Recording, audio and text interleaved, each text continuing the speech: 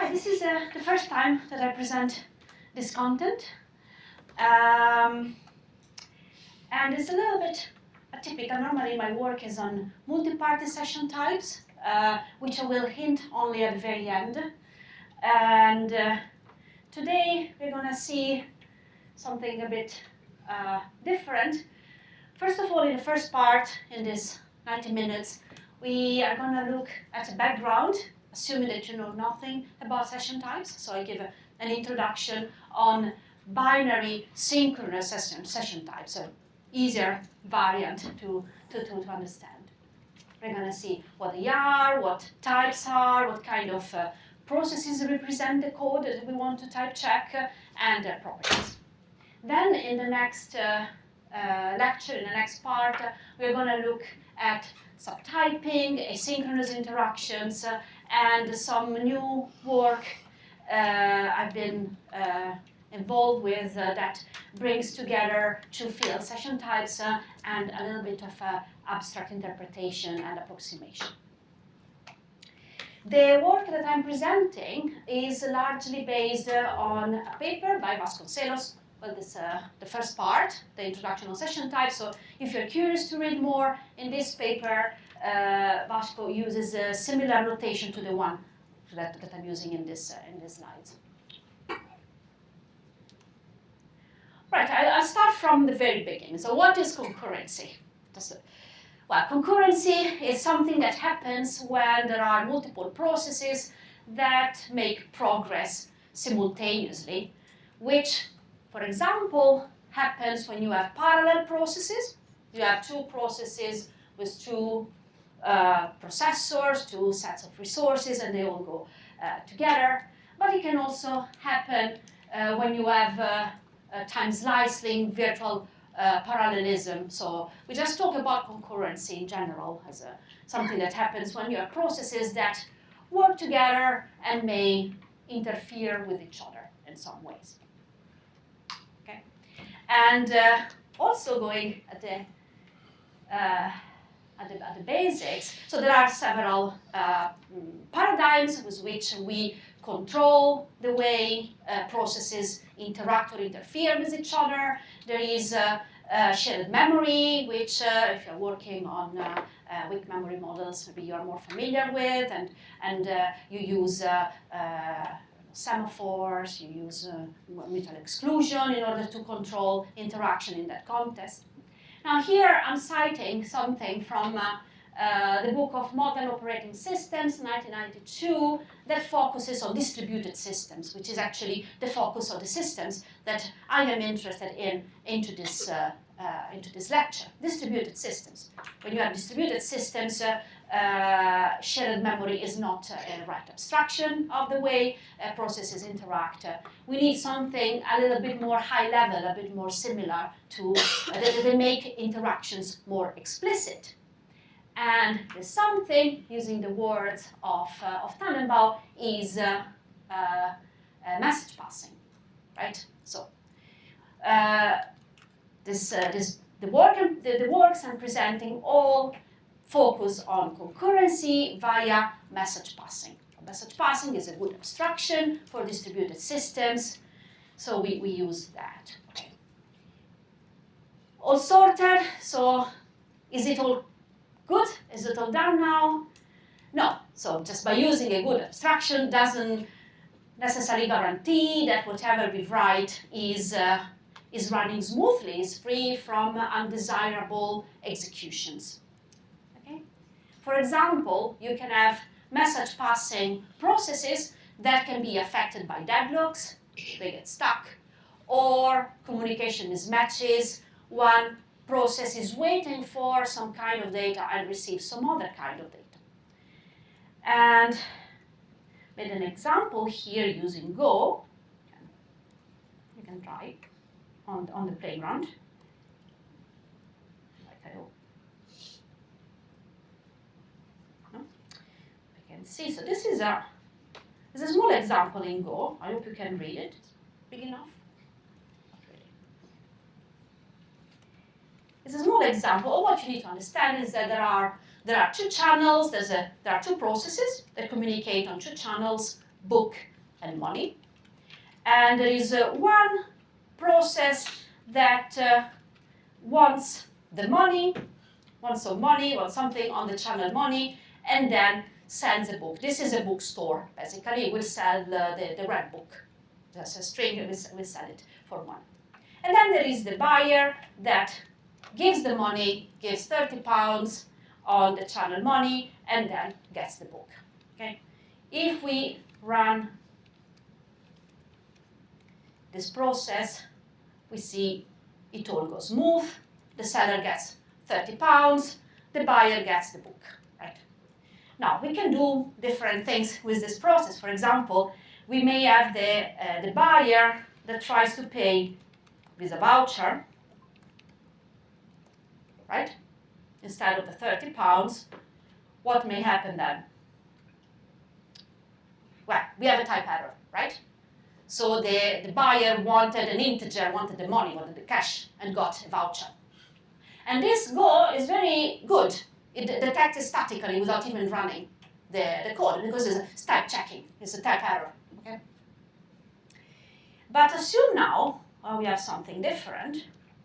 Put back the correct type, but assume that both processes want to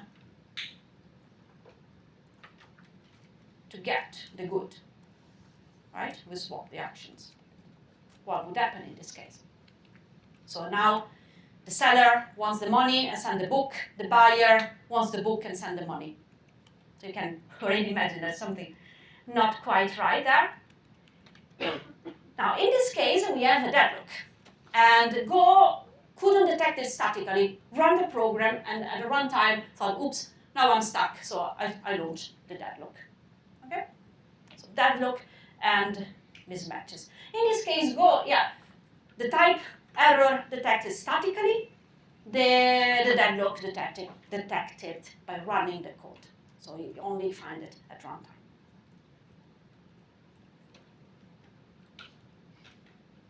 Okay? So this brings us to reflecting a bit about what do we want for types. Huh? And there is this paper from Cardelli, Typeful for Programming, which I mentioned because it draws a parallel between types and specification, where specifications are seen as artifacts that are general, they are aimed at verifying some properties. Maybe the main characteristics is really like specification are powerful. You can specify a rich set of properties that you want to verify.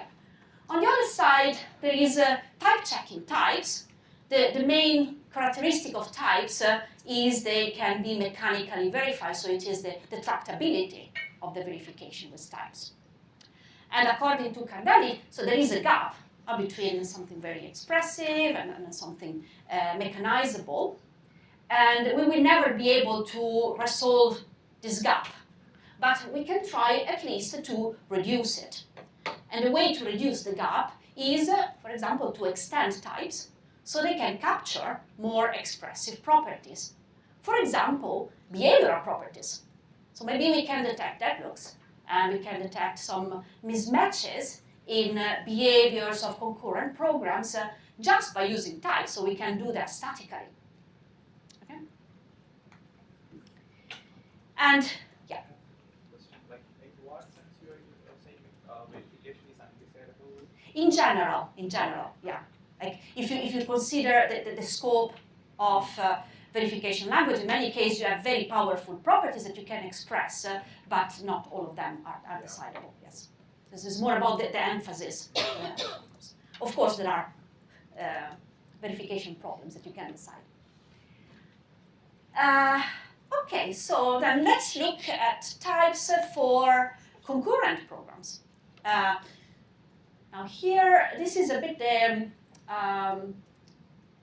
thanks to Ornella Darda, I stole this slide for a lecture that she gave to another summer school to give a bit of an outline of the works on session types and in general on typing theories for concurrency, which are based on the PyCalculus. PyCalculus is a process calculus which describes the essence of concurrency. It describes basically parallel processes and all what they can do is send-receive actions where they send-receive channels on channels. Okay? And is to concurrency the equivalent to what lambda calculus is to functional programming in a way. And what you see here is a number of works that develop typing theories for the PyCalculus. On the right-hand side, more using linear types. And on the left-hand side, which is the branch of work that I will be focusing on, is focuses on session types.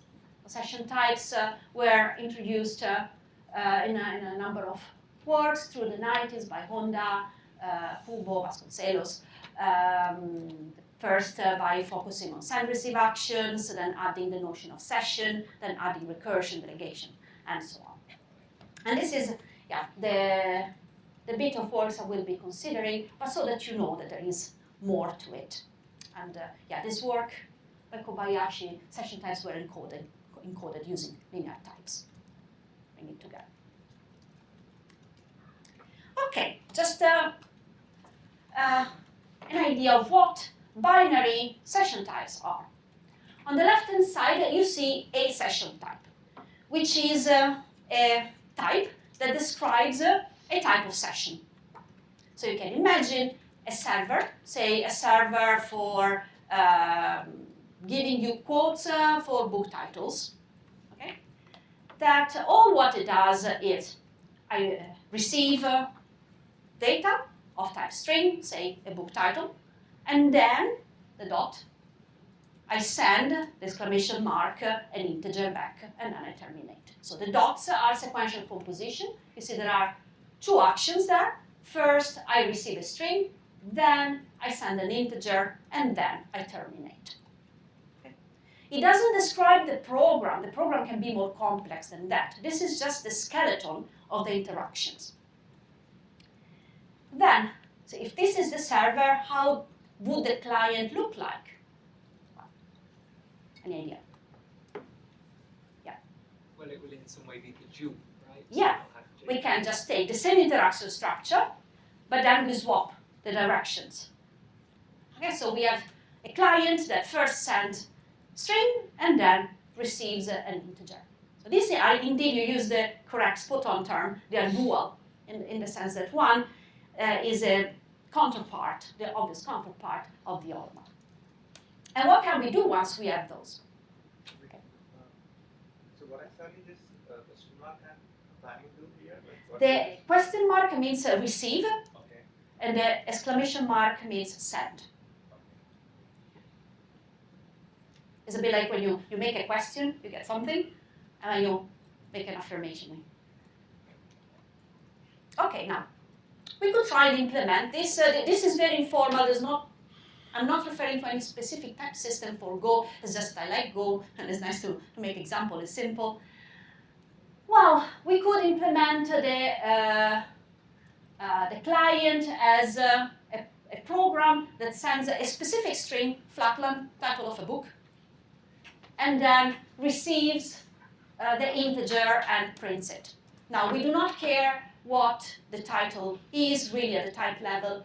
We do not care if we make print actions, local actions, memory accesses. We just focus on concurrency in the type.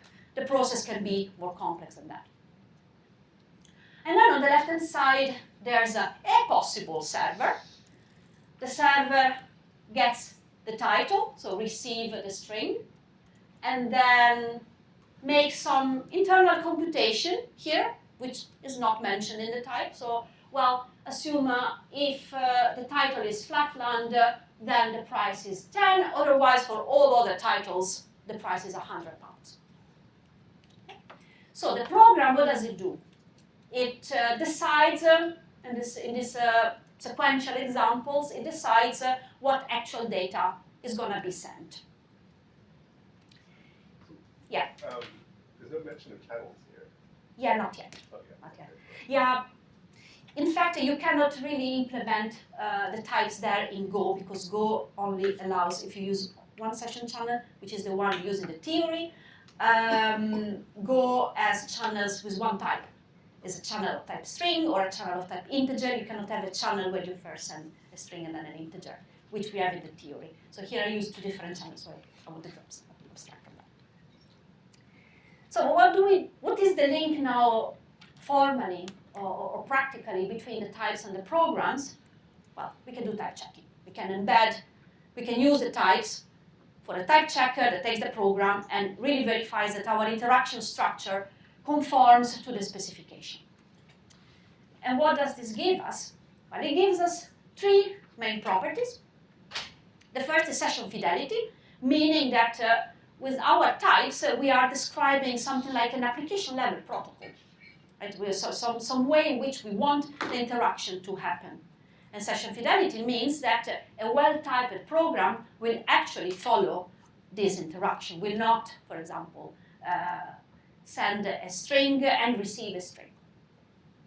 Even if the two participants agreed with that, it wouldn't be the same protocol, it would violate session fidelity.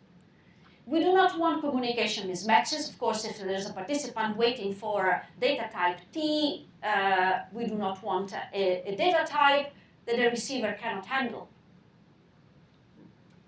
And also, we do not want the processes to get stuck because one wants to do a receive, the other is not sending whatever it needs to be sent. These are generally the properties guaranteed by type checking. Application, this is more for reference. I'll leave it there, so if you want to go through that. It's about the applications of session types. Session types through the years have been applied to several programming languages, Java, Rust, Haskell, and so on. This is just a very, very small example of papers on the subject. Some applications focus on static typing. For example, embedding session types into compilers. There's this work by Won and Yoshida, 2008, where session types are embedded in a Java compiler. Some other works adopt a more lightweight approach where they encode session types in existing type systems like Haskell. More recently, the trend is using session types for API generation. So instead of type checking, it's a bit more versatile. You take types and then you generate stubs. And then from the stubs, you can enrich them to have your own program that you can use. Another application is runtime monitoring. Why runtime monitoring? So here we have seen that you have types, you have programs, and you want to type check them, right? And the properties we have mentioned all are satisfied assuming that both parties type check their programs, right? So we have an assumption that all the processes need to be type checked. Now, in scenarios where there are untrusted parties, which we do not trust, they are really type checking, what can we do? So we could, for example, use the session types to generate a monitor which protects the type checked process and filters all the interaction, checking that they conform the dual type. So this is how roughly monitoring goes. And of course, by monitoring, we detect wrong actions and this action can be suppressed, but we cannot enforce lack of deadlock. If the co-party does nothing, the monitor cannot help us there. Okay. So this is a bit the idea. In this talk, I will focus on static type checking. We will look at the type checking rules. Any questions so far? Okay. Let's see a bit closer at types. Type syntax. We have seen by examples that session types can be concatenation of send and receive actions. So the session type bang t.s sends a message of type t. T can be data type, like Boolean, integer, string, or can be a session type itself for delegation. For example, we can send a session type and then behave like it's dual. Yeah. What would sending a session type correspond to? Sending a channel that is typed to that behavior. Then, so we have that non-trivial protocols also have more than one possible execution. They have possible different execution paths. And so there are choice points in the execution of the type. And these are modeled using two constructs that are dual, the selection and the branching. Okay? So selection and branching, basically, the selection is the one with this cross. Selects, so there's a process that has a number of possible continuation. Do we go this way, or this way? And notify the choice by sending one among a number of label li. The dual process is then waiting for a label to be notified on how to continue. Okay? Now, the first time that I saw session types, I got a bit puzzled about this construct, and I thought, well, why do we need labels? Why don't we just send different types, right? By the way, these are examples before I keep on with that.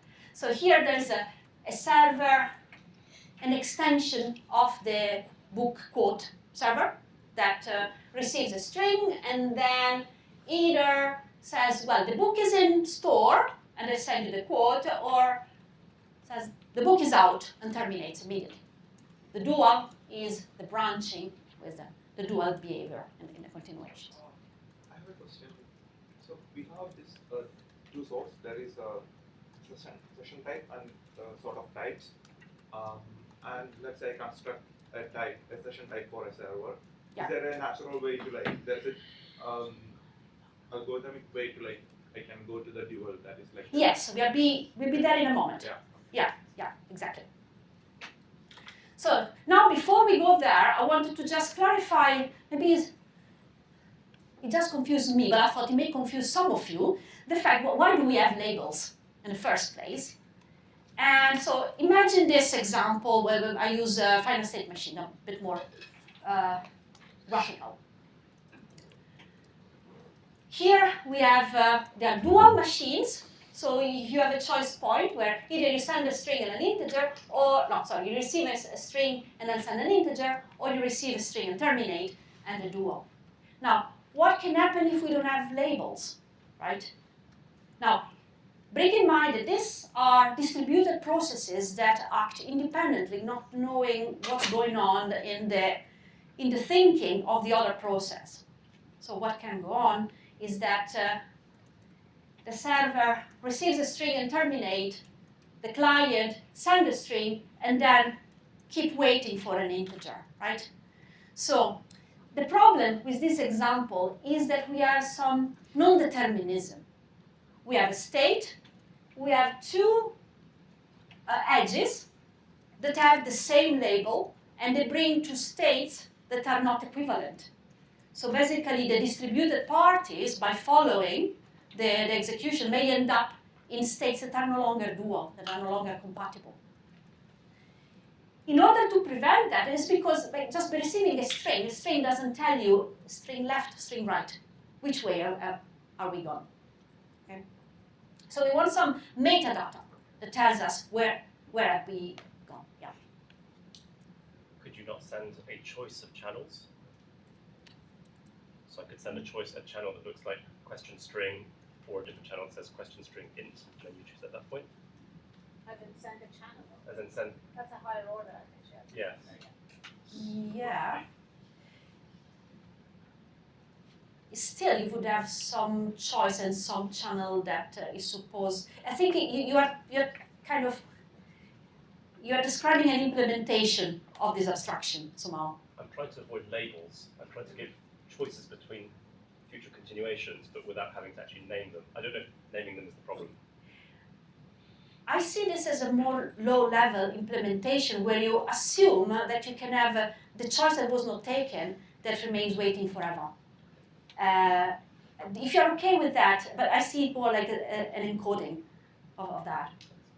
Yes, the labels, you may implement that in that way. Yeah.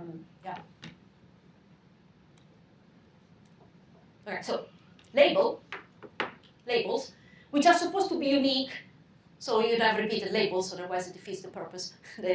They tell us exactly where we need to go forward so that we keep in sync among distributed processes. And then there is recursion. We're not going to see so much of it in this part, but you can have a recursive behavior. For example, you have a server that listens for requests for feeds, I want more feeds and send a feed, or listen for a request to stop the feeds and terminate. Does X range over a set of variables? X, X, let's say, is a recursion variable.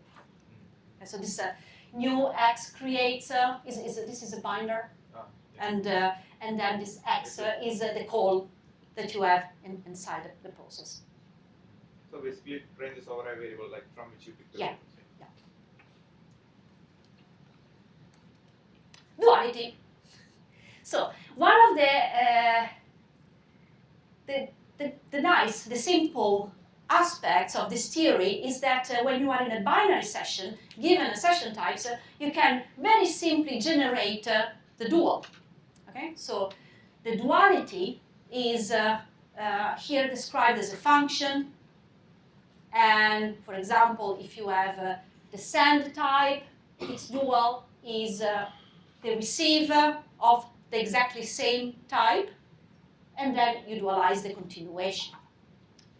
And this is kind of, for receiver, the dual is a send, for the select, the dual is a branching, and for the branching, the dual is a select. And here, this is a very simple, we're going to be there next in the next hour. There's a better way, more expressive way to do that. But if we want to be simple, we can say that the dual of the recursion is the dual of the body of the recursion.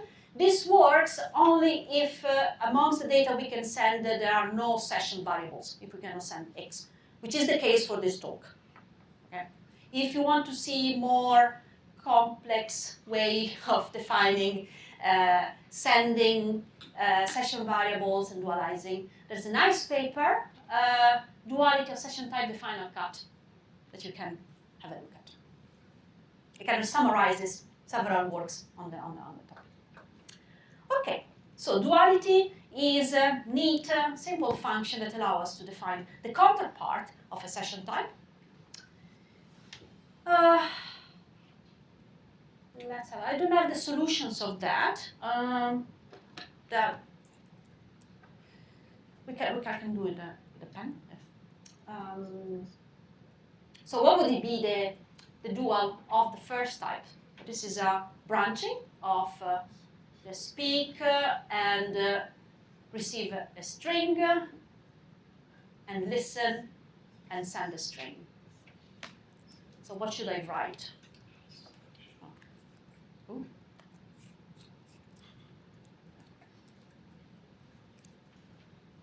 Too weak. I think that one's perfect. Well, Oh, okay. try it with This one? I don't know.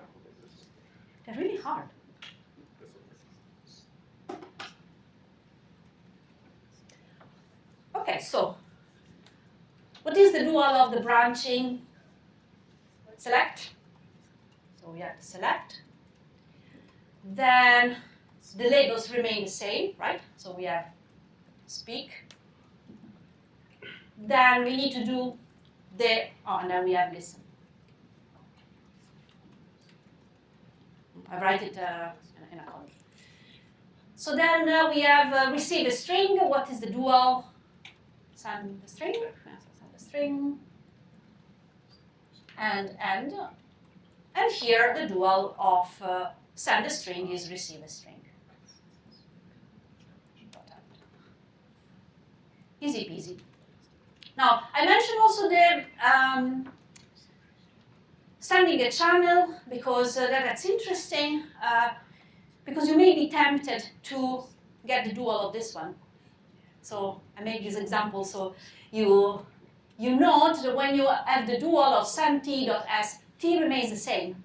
So the dual of the second example would be send exactly the same time, the type, send an integer and receive an integer, and then receive integer and send integer. Okay.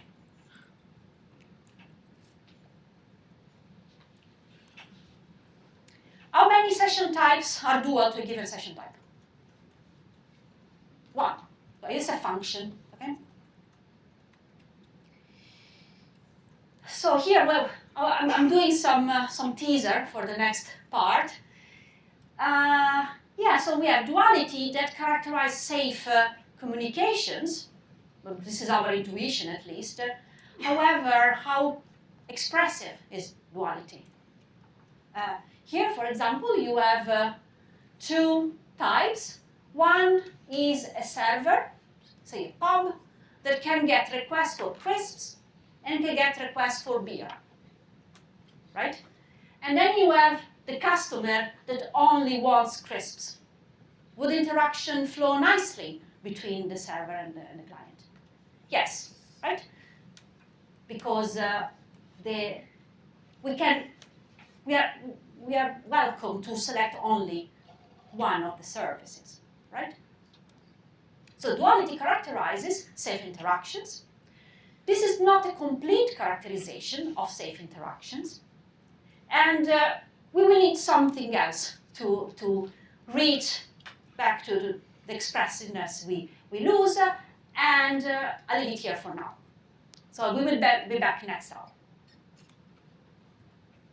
Now, processes, so we have seen types, and we have seen some intuition of processes. So how can we connect now these types to actual code? Going back to the choice variant of the bookstore, let's see how could we implement. Now I'm trying to be a little bit more closer to the theory of processes, and I'm going to use only one channel to model each of these two types. And so I'm going a bit away from, I take some poetic license with Go, because you couldn't do this with Go, but we still use the syntax. Okay, so here, for example, I could implement the client. I need to send a string, the right book. I send it on the channel Y. Okay. Then here I have encoded the labels. Have been sloppy. It could be an enumeration type. I encoded that with string on which I do pattern matching. So we receive now something else, which is supposed to be a label, which I encode as strings in this case. And then I do some pattern matching. If it's in, well, if it's out, we do nothing, so I don't have that case. If the response is that the book is in, then I also want to receive the price. Okay? So you see, now there is a bit more here. Here there is a branching. I need to be able to handle all cases of the branching. In this case, it's easy because one case is doing nothing. If the out involved more interaction, you would have an else following this. Yeah. I thought that the channels were typed. Is Y a channel for strings? Here it should be an int, is that right? Yeah. Now, this is what Go gets differently. In this case, Y as a type, the session type. So it has the first is a send, then is a label, and then. Thank you. Now, the server receives a title, can have some whatsoever criteria to decide whether the book is in store. What you see here in green is a local function, SQL queries in a database, whatever, sending either in or out, and then in case of in, sending a price tag. Okay? So what does what the program does more than the type? Data type, and also it resolves the non-determinism of the type, the select type, into some actual choices that depend on data that you have in the runtime. So this non-determinism resolution is also part of the implementation process. And what is a good implementation? So it's a server that has the empty stock. Right? Is this good? Yeah. Right? Is a good server. A bit frustrating, but from the type level, type discipline level, it's okay. Yeah. How would I do it if the server wanted to decide based on some global data, as in I receive something from the channel that determines whether or not it's in or out? I mean, in this case it doesn't make sense, but as in I don't want to hide that condition, and I don't want it to be that non-deterministic. I actually want to branch on something global. Yeah. So with this version of session types, you cannot do much. There is some work. One is a work I think it was Concord 2010, where we published with Koei and Bocchi about assertions. So enriching session types with logical assertions, so that you can have some guarantees and relies on the information, so you may influence future decisions on the content of messages that you have received earlier. It's not global as such, because in that case there is a discipline on what you know and what you can use, so it's not really global as such, but is in a way distributed, it's distributed knowledge. So this is what I'm aware. Global, it doesn't, I don't know exactly.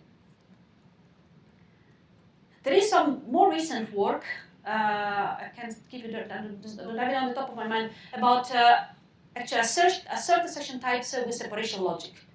It's quite nice. Okay, let's see now the calculus. The calculus is what you find in many session type paper in lieu of the programming language code. So this is what abstract represents the primitives of what you want to type check. And is a variant of the PyCalculus, is a session Pi, and it comes in itself in different variants. This is a variant of the paper that I cited you at the beginning. So if you read that paper, you'll be familiar. Just before I start, does it sound familiar to you?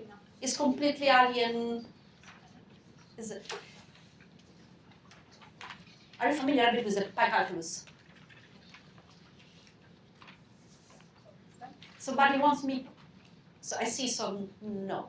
Okay. So what can a process be? I'll go through that. So 0, the process that does nothing. Idle process, it can be the terminated process. Okay, it does nothing, the first one. Send, so what you see that X is a channel. Is a channel. This line that you see on top of that is not duality, it's a bit confusing. That's not duality, it's a send. It's a send action on the channel X. And what do I send on the channel X? I send a value V. V can be a variable, a channel. It can be true, false, 5, 6, 7, the red book, strings. Dot P means that after doing the send action, I continue as the process P. So it's a continuation, it's not in parallel, it's sequential. The second one, the third one, the receive, is a dual to the send. It's a receive of the channel X. Now there Y is a binder. Okay, it's bound. It's a bit like when you call a function, Y is the formal parameter of the function. And once the process receives the data, that becomes the actual value that gets substituted to Y. And Y can occur, is bound, can occur in P.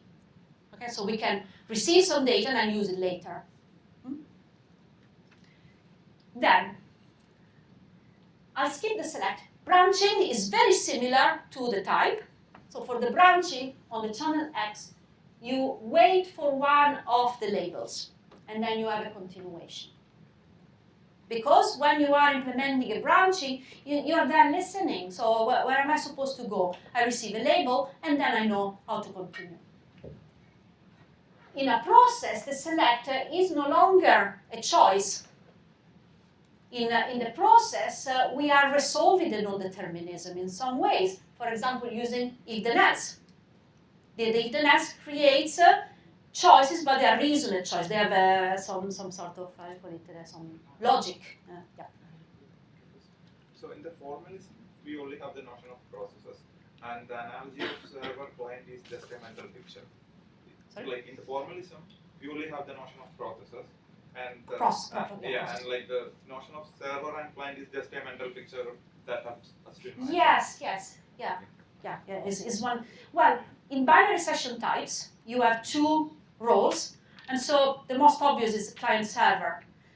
You could have Alice Bob. But like within the formalism, there is no way to like distinguish. Oh, in this case, yes. In the processes, of course, you can have an implementation of many session types, so it becomes a little bit more It's just blurry. like for us to understand. Yes. Yeah. So here, the selector, and the selector can also be done by the client, can be done by whoever. Right? The selector is saying, let's go L. Let's go L, and I continue as P. The if-then-else is the one that allows you to have an implementation where you may go one way or you may go the other way. You may select different options. Now, this is a scope restriction. This stands for new x, y. It's a bit different from what you have in the normal pi calculus. This is not like just creating a scope. Basically, it's a bit like, say, I have two fresh names, x, y, that now are known, are bound in P. But this does more than that in this variant of the calculus. This actually is creating two session channels, is creating a session. It's creating a session with two endpoints, x and y, that are covariables, one for the client and one for the server. So in this case, it is the client-server aspect is implied into the yeah. So if I understood correctly, that new XY is the way we put things in parallel, essentially, so that they can communicate. Is the way you create the channels. Then, did I forget parallelism? Yes, I forgot. There's also P parallel P. Okay. So thank you about that. No, I gave a practice talk. Can nobody realize that? Okay. So let's have a look now. If I'm going to slow, give me this gesture. So now we want to define an implementation using our calculus of this server of this type, and let's say that there's only the red book in store and it costs 35 pounds. Okay, how would we write it?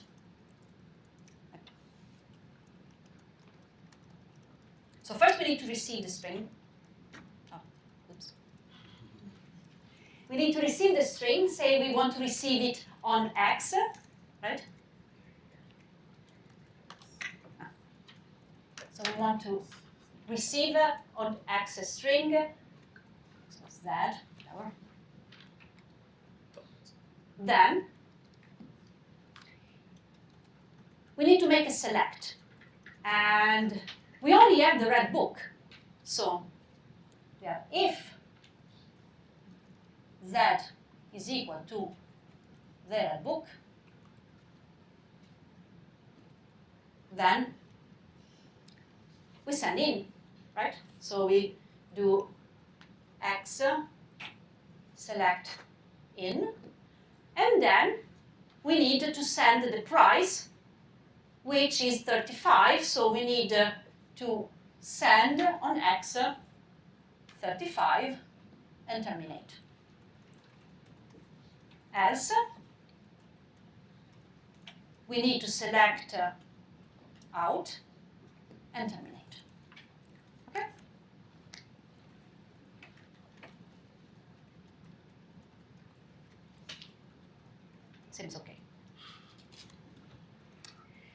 bit of focus on the new. So new XYP creates a scope for X and Y and establishes that X and Y are covariables in the session, two endpoints. In some other papers, you have only one X and then you use X plus, X minus. There are different notations you can find.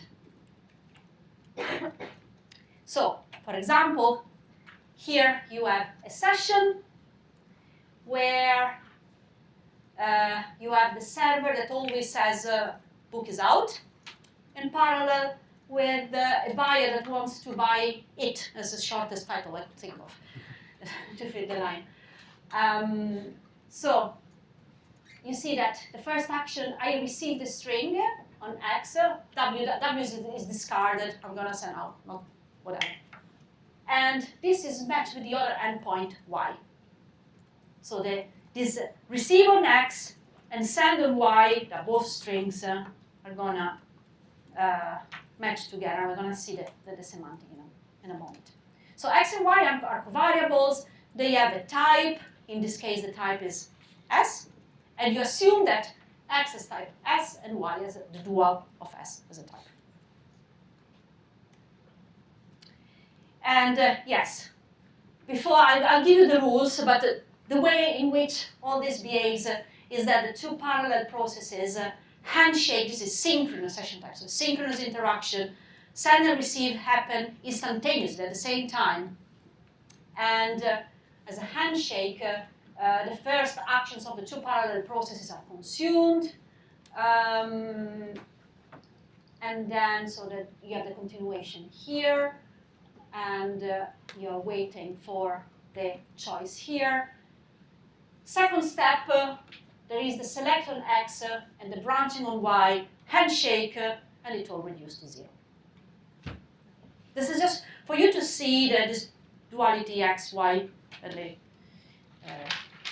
So I guess you could nest these, right? You could nest these views. Yes. So process view could, the first left one could create another connection with Yes.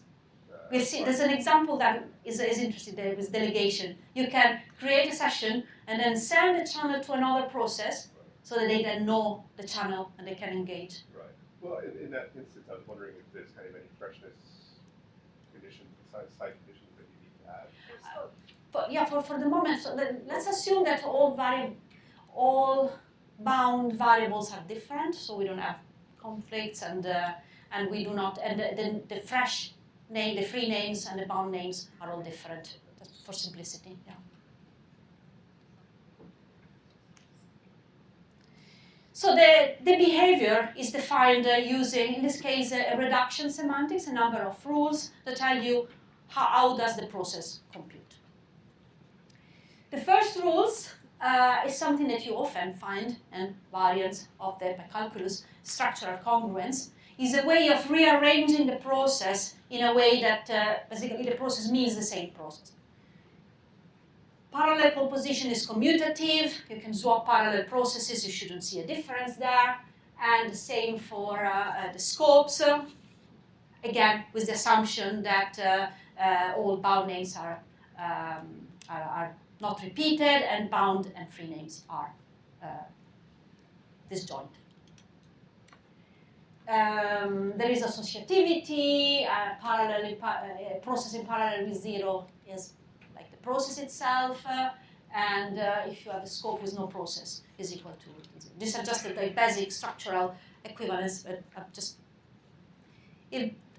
put them there. If there's any doubt, I'll comment, otherwise I'll skip through. And the reduction rule, so P reduces to Q, so makes an execution step to Q, whenever, well, up to structural equivalence. So like I can move the parallel compositions around and so on. We can move things within the scope. And we can also allow, we can decompose the parallel composition. If a process moves, then the whole system will move with this step. This is not so interesting. What's mostly interesting, well, of course, if then else, and so on. What's interesting is this rule, probably the most interesting. When you have a send on a channel X and a receive on the co-variable, what you do, you move to the continuations P parallel Q, but here you have Z, it is a bound name, you get the actual value V, so you want to substitute all occurrences of V into to Z into Q. We see an example. Yeah. Can this rule be simplified by removing the R because of the law we had on the previous slide? Yeah, probably. Sorry, what was the question? So on the previous Yeah, slide, yeah, we yeah. had a law that said that if you have some variables, the parallel version can be dropped. So I think this is simplified. Yeah, I didn't reason much, but I took them from the paper. But probably yes, probably yes. Because the paper presents things incrementally, so maybe the order in which they are presented are. Yeah. So, what is that bar above X mean? I mean, if I just remove the bar above the X, what would happen? If you remove this bar, Yeah. well, this is a send, and the send comes with the bar. If you don't have the bar, you have a receive, you have this notation. And if you have a receive and receiver, they don't reduce. Okay. Okay, so you just want to distinguish at the level that one is. A send Yeah. and one is a receive. It would be, so sometimes I thought, why they don't use exclamation mark and question mark also in the programs, but that's how most papers do it. To match with the syntax of the PyCalculus, where the dual actions are action and the one with a line on top. Oh, this is just a rule for the labels. It's very similar. So just to give you the example with the substitution, in this case, we have a process that sends back whatever it receives on the left. So we have the action where the right-hand side process sends 10. So what we have is that the left-hand side process becomes as this one process where W is substituted with 10. Okay, which is this one. So next step, the left-hand side process will send 10. And so on. Okay, key observation, just to wrap up this part. A pair of dual types describes the endpoints of a session.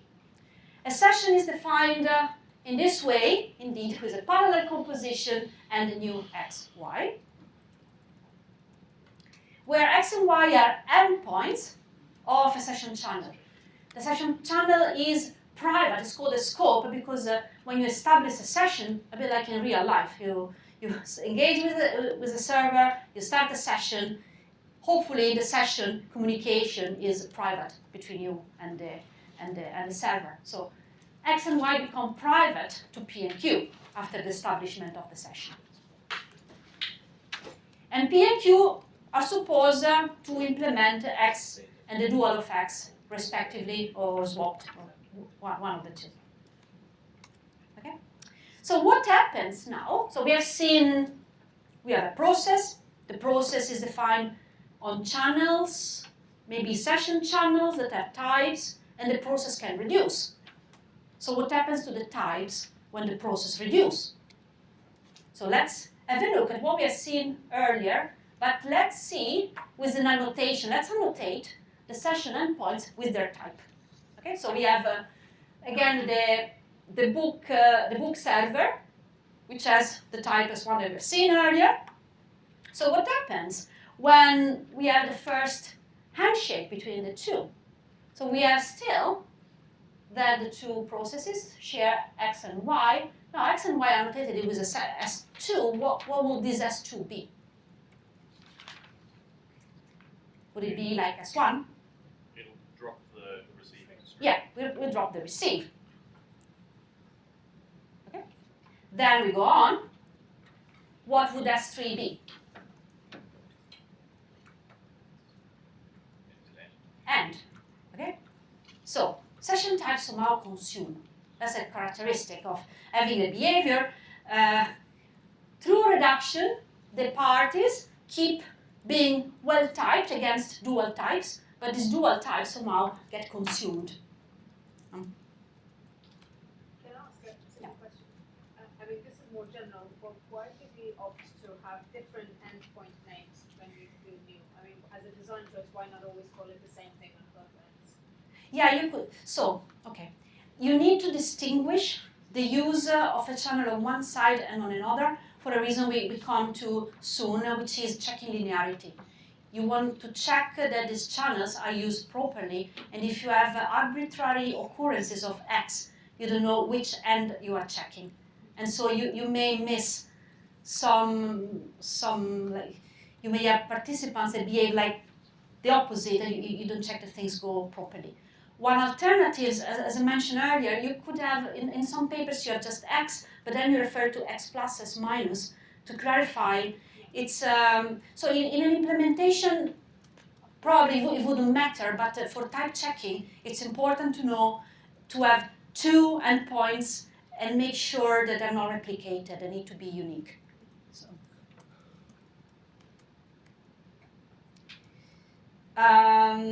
Okay, so session types consume, but processes, if they are well typed, they still implement dual types as they reduce. Okay, let's see a bit of typing. What time is it? Okay, typing rules. Typing rules have the form you see there, where P is the process, and gamma is an environment that we use to describe which types we know, which types are part of the environment. So gamma can be empty, or it can be a number of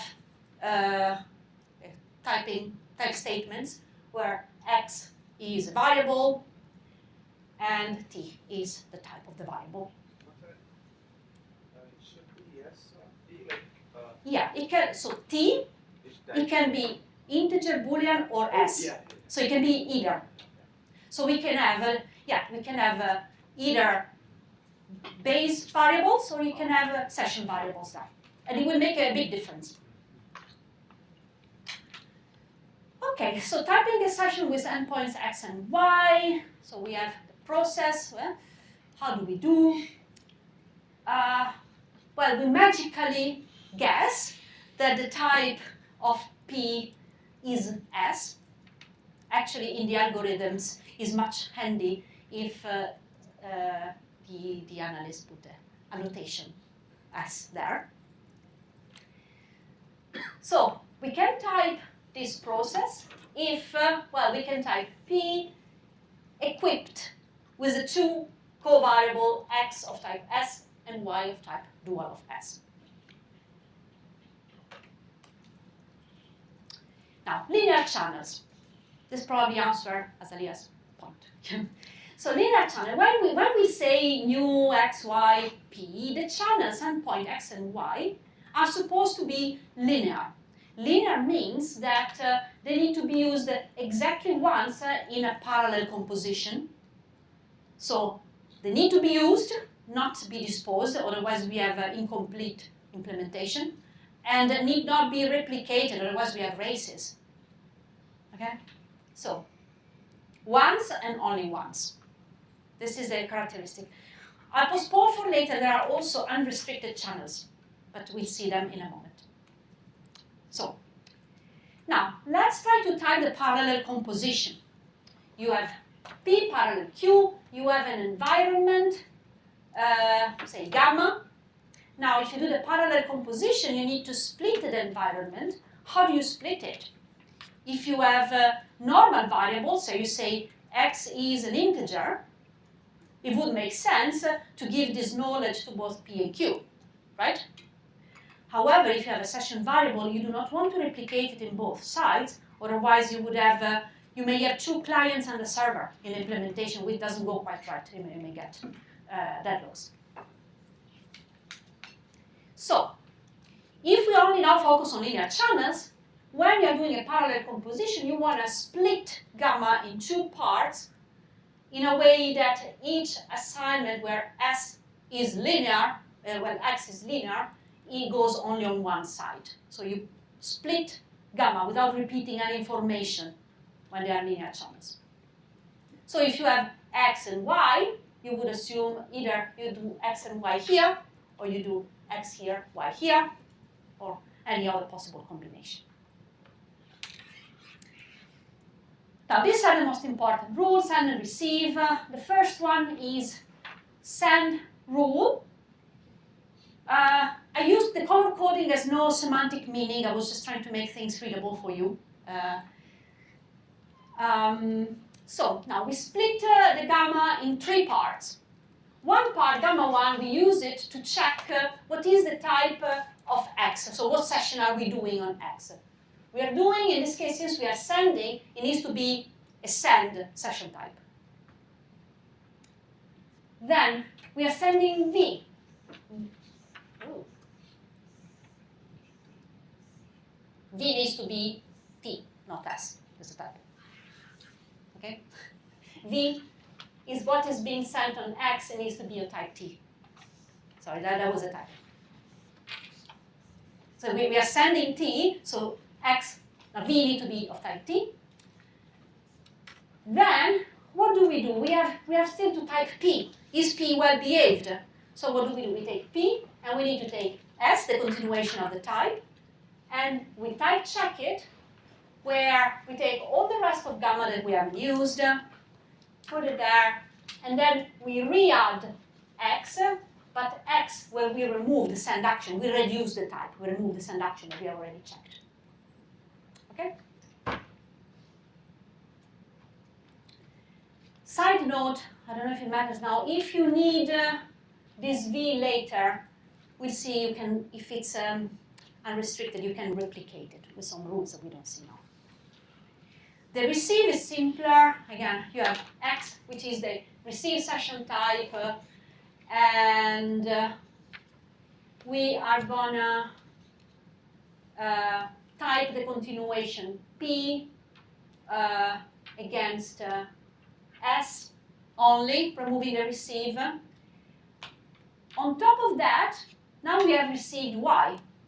We have something new that we can use later. We can send Y later. So we need to know what is the type of Y. What do we know? This is a guarantee that we have from the type, because the type says you have received something of type T. So we can extend our environment and say, well, Y is of type T. Right, and the context update, basically, for linear channels, you can only add X if it's not there already. Okay. And blah, blah, blah, we go on. And eventually, it all terminates when we have 0 in the process.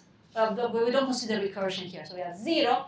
And now this unrestricted gamma, for now, assume that is gamma is either Boolean integer or session variables mapped to the type end. Okay. So what exactly is a linear channel? Linear channel? What is that? A linear channel, they are the channels that we use to represent sessions. And in order to ensure that each process is using them correctly, we make sure we do not replicate them, and we make sure that at the end all the linear channels are all end. They don't have other information. I was just wondering, like, why use the word linear, adjective linear before? Is there other kind of channel we are discussing, or Unrestricted. Yeah, we are like only talking about linear channels here. At the moment, yes. I will introduce unrestricted in a moment. Just okay, so yeah. Okay, I don't know if it's too nitty-gritty here. Do you want to try and well type these? So I was thinking initially, let's do it by hand on the board, but it's going to take longer. There's a very wide room, so I prepared in a rush some animations. I was actually finishing them and I've been called up. And let's see how they work. So, and you have received this piece of paper which summarizes the rules. There's a typo. Remember that there's a typo at some point we found in the rule tsend. This V is of type T. Okay. So let's try and see a bit how to type this, and then you can tell me which rule we can use. So now we want to type check a session new x, y, where you have a process that receives and a process that sends through. So first of all, which rule shall we apply? The top ones are the rules for type checking, the bottom ones are the rules for the context. So we need to go from on the outside, right?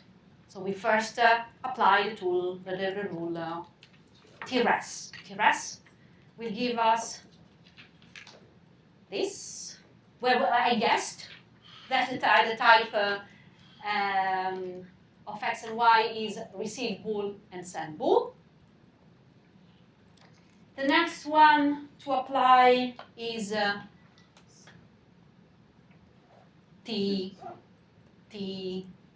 par. T par, what does T par do? We need to decide to give to one process x and to the other process y because they're linear. Okay.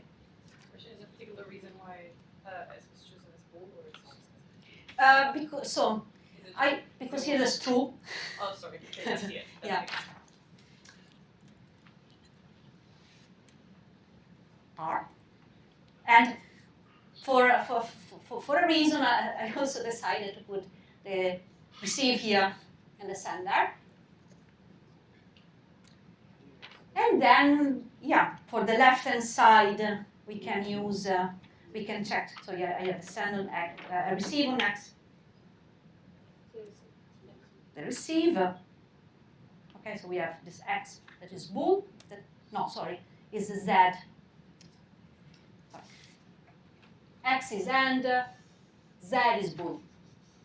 Okay, z is bool. On the right hand side, we have the send. We see the true is a bool, so we are fine, and y becomes and this gives us good type checking. Now, this is a different one where we have the two processes that try to send. Yeah. Sorry, can we just go back? I'm being hyper picky, so just trying to understand something. So the rule TPAR requires the environment to be split with the circle, but it's not being split with the circle. Yes, I shortcut it. I didn't apply the split rules. Yeah. Technically, we would have Yeah. Okay, thank you. Yeah. The principle is just I want to split it in a way that all what is linear, x and y, don't get replicated. Got it, thank you. So in this case, we have it's hard to find the type here that types this, right? Because if we use the same of before, where is it that goes wrong? Do you see the problem where it gets stuck?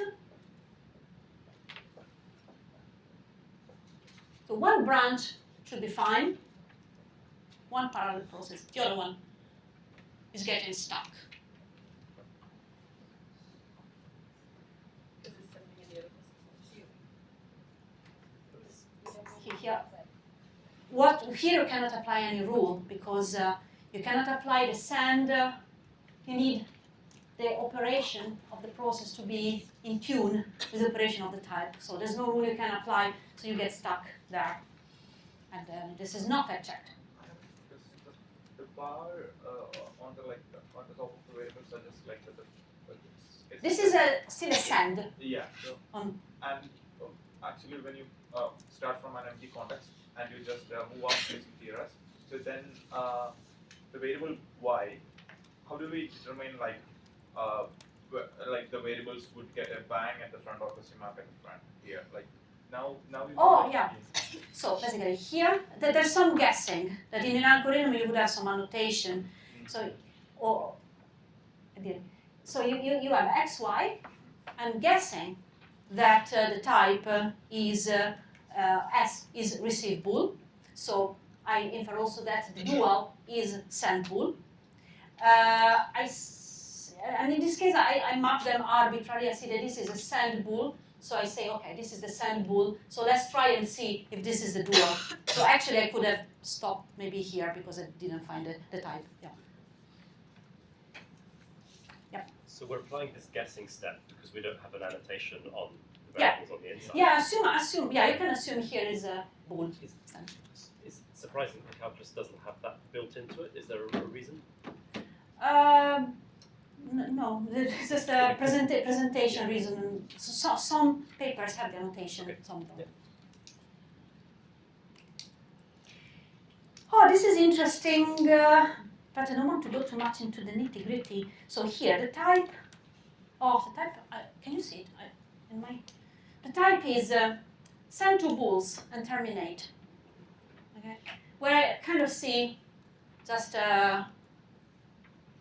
without even doing it. This is correct. I send two bools. What is the problem here? We are receiving in parallel, right? So how do we do? We have the res. So we have x, which is s, and y, which is not s. Now we need to do the parallel composition. Parallel composition, we give x to the left-hand side and y to the right-hand side. So far, so good. Now, how can we proceed to type check the right-hand side? It's a parallel composition, right? So we need to split. So we need to give this type either on the left or on the right. Okay, so linear type do not allow for parallel implementations.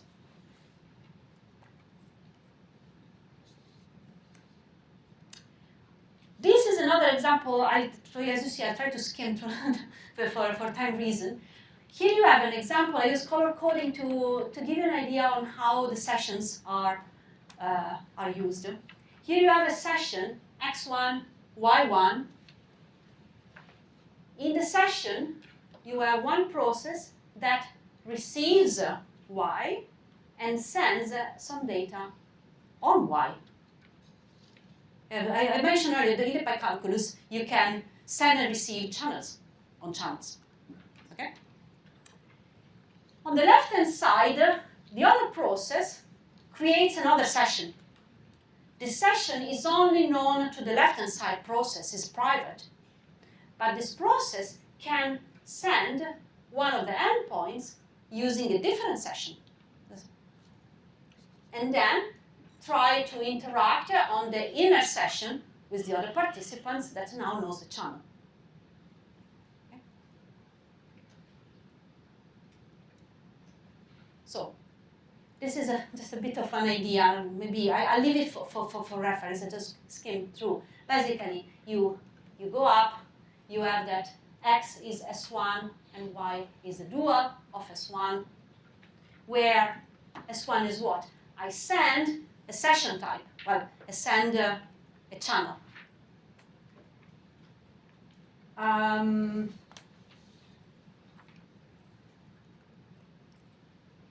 When I develop here, I go into the other restriction. I have x1, x2, and y2.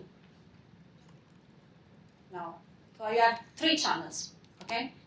I have x1, which I got from the parallel composition, and then I have these two new channels that I've just created. What I'm doing then, I'm gonna get rid of that.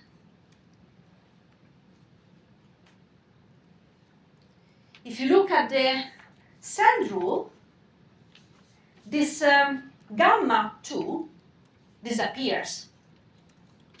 So you can see that once you send y2, especially in a case where it's linear, if it was not linear, you could replicate it by using context context update. In this case, you are sending y2, so the typing becomes the continuation. I send it through on x2, and I preserve x1, that is now end, x2, but then I lose y2. Okay? In the rule tsend, again, the gamma 2 is no longer involved in typing the continuation. It's only gamma 3. So we lose it. Namely, this is for linearity. If I'm sending a session channel to you, then I need no longer use it. Otherwise, I break linearity. On the right-hand side, as I receive y, and I know by S1 that y is of type S2, I gain y of type S2. In this way, the process on the right-hand side has been delegated a session and can continue. This is a way in which delegation and sending channels on channels works. I leave it here, probably want to reason on it offline a bit. Then, of course, there are the typing rules for branching and select, which are not, they are in this list as well. The important things to note is when you type a branching, you check the continuation for all i's, right? And you check that the branching that you're supporting is exactly the same as the type. The I, the big I, is the same. And in the select, you check that the LJ that you are selecting is one of the available ones. So, just without, just intuition.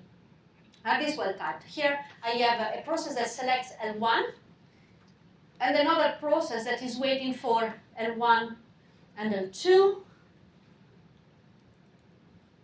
This is correct. How about this one? This is selecting L1. This is only waiting for L2. Not correct. Good. Now, linear channels, they must be used only once. We have seen this is restrictive sometimes because maybe we want to have parallel implementations with maybe fewer guarantees. Or maybe sometimes when you have a server, it's not that everything is a session immediately. You may want to describe the process by which you come into having a session. You want to describe, okay, I have a public channel that is used to request a session of a certain type. And after a communication on that, then you establish a session, and then we go on from that. So we describe unrestricted channels that can be used more than once or not at all. Okay?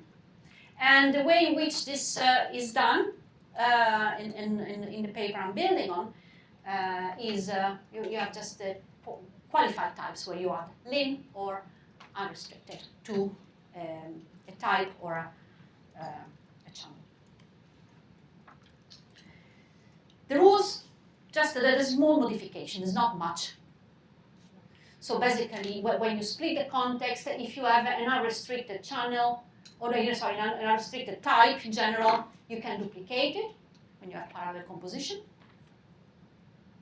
And you can also duplicate the type. You can have it twice. For example, if you want to use the same again after a send, you can duplicate it and then reuse it, as long as it is unrestricted. Okay. So this can be used to start a session. Or here, maybe it comes a bit late. This is the semantic of the example where you start the session. No, it's not. Okay, erase what I said. So here we have the example where the session is already established on the top. On the bottom, you have an example where you have a channel U that is unrestricted. Okay? And I'm using U. In this case, it's not two endpoints. It's really you receive and you send. And I'm using it to establish a session. So everybody can use U. It's known to everybody's in the environment. And one process creates the session and then sends the endpoint Y. And then keep on with the session using the endpoint X.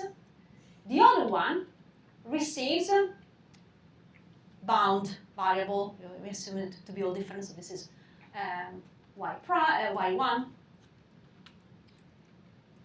And then use Y1 to engage with the session. So you are establishing a session using an unrestricted channel. Okay? And this would reduce to what we have up there. In the very end, I don't think I put it, yeah, in the very end, you'll see a typing example, but I left it offline. Yep. It looks like it would be enough for them to be affine types, and the type system would get rid of the problem where one channel's not being used properly. Is that? It's the affine is a way in between. Yes. Yeah. So what does the linear give us over the affine? Now the linear is one and only one. That's right. Affine Yeah, is affine is a bit, yeah. So why is it what's wrong with dropping something? Why not use 0 times? If you drop something, it can be that you have to send a string and then send an integer. If you drop it in the middle, you're not checking maybe that you're sending the integer. So I would think that's the problem. I guess it's the difference between reliable and unreliable communication. You want it to go well until the end. Yeah, okay. I'll wait. I've got some interaction here. We'll sort that out for us, but okay. That was easy for that. Yeah. Okay, then you can use these unrestricted channels to establish session many times. So you can have a P parallel Q, parallel P, parallel Q, and all use U to establish sessions, okay? Randomly against each other. So exercise for home, I'll skip this now, but you see, no you don't, because I have the solutions just in my presentation slides, but I can share them then to put online. The type checking of this, where you have a P parallel Q, where the restricted channel is in the environment. It's very similar to the delegation example. So restricted channels are useful, as I mentioned, to have parallel implementations as public channels for session instantiations.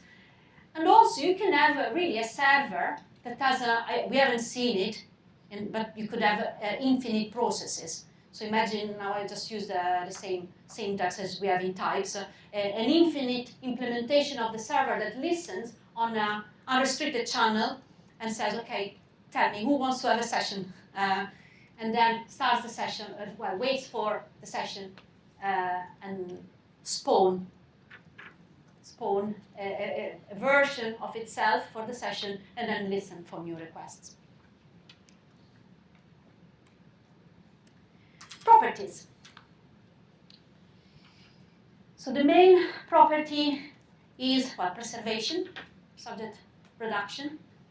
So if you have a well-typed process and this process makes a step, then also the process we reduce to is well-typed. And we've seen now the environment is considered empty. But you can imagine if there are this new XY up in the typing will appear and will need to be dual. So when you have a step, again, this new XY will have a type which will be a bit smaller, but still be dual. For open processes, well, you can still have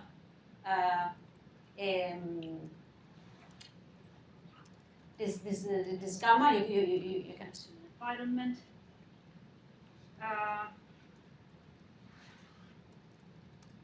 From preservation, there are properties that follow up. Yeah. So the U, the unrestricted channel, so in the syntax of calculus you first introduced, there was no U there, right? The U itself is just a name. It could have been X, Y. I just use U because U, X, Y, Z, the last letters of it. But yeah, the type is mentioned as unrestricted.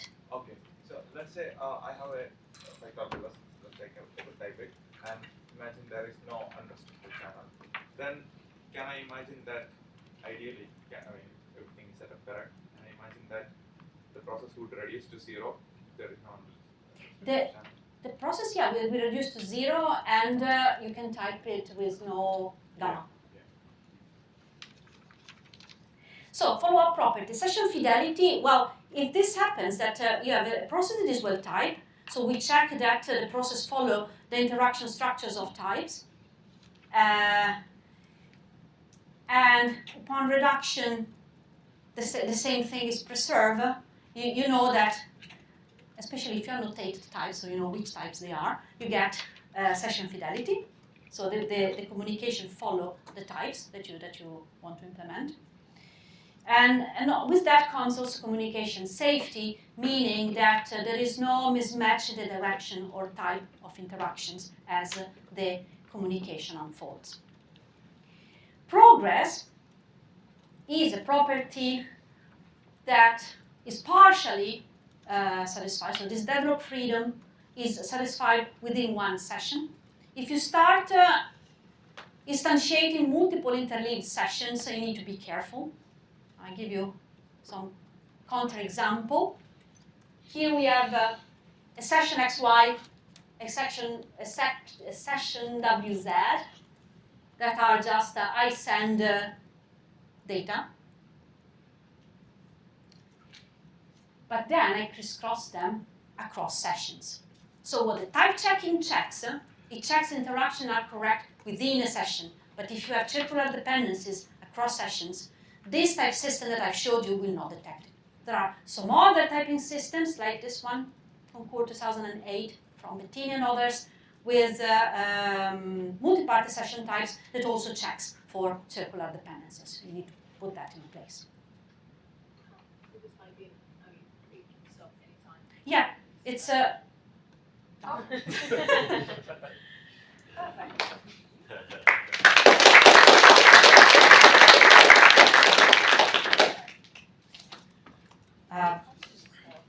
This is if you want to see the unrestricted. I'll send. Questions? So my background for concurrency is communicating secondary processes rather than high-countiness. And so I was expecting to see some kind of label transition system of processes doing actions.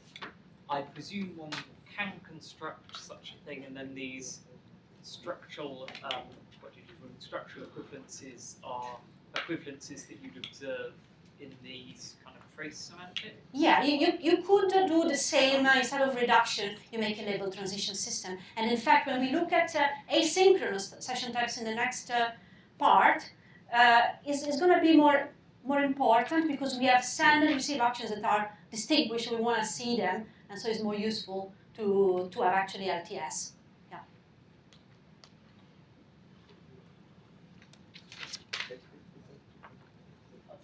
Without recursion, it's type check design. Yeah. Also with recursion. Also with recursion because you use unfolded regular.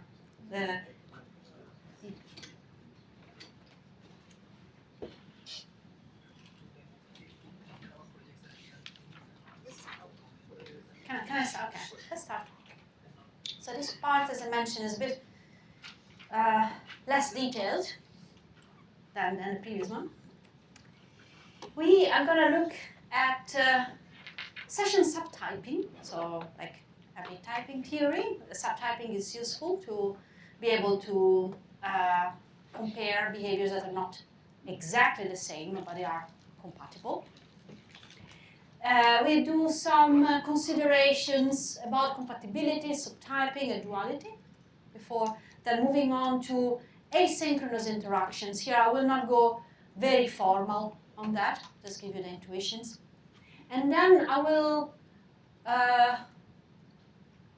go into asynchronous session subtyping and show you some recent work about approximate algorithms. And I can already imagine that there's something that becomes undecidable there, so we need to approximate. So let's see now synchronous session subtyping. The types that we have seen in the previous part are synchronous. And so we start with synchronous subtyping. So what is subtyping? What does it mean that one type is a subtype of another? Here I take the view of this paper. You see here a behavioral notion of subtyping, which was describing subtyping for object-oriented programming.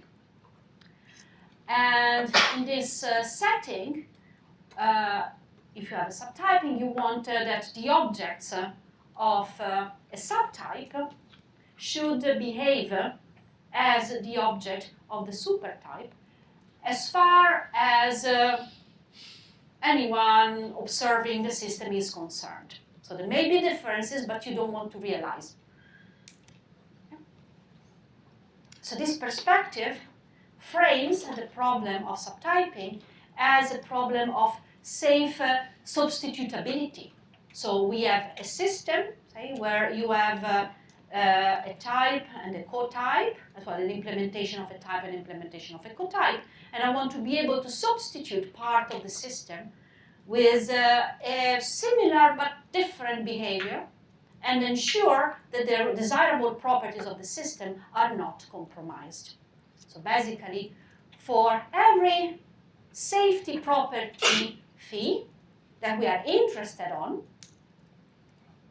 the fact that all the objects of the supertype satisfy this property implies that all the objects that are of the subtype also satisfy that property. Okay, what phi are we interested in now?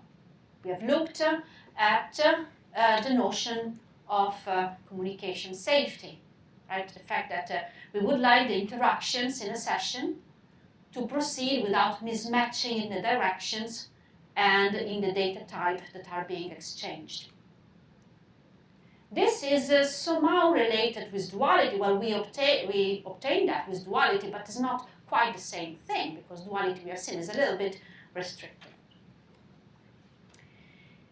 Boom. These are the rules of synchronous session subtyping. They were first introduced by Gay and Hall in their paper in AESOP 1999. They're not that rules, they are swapped the other way around. They were focusing more on ensuring given a server that you wanted to create a client that was compatible. So they are basically dual than this one.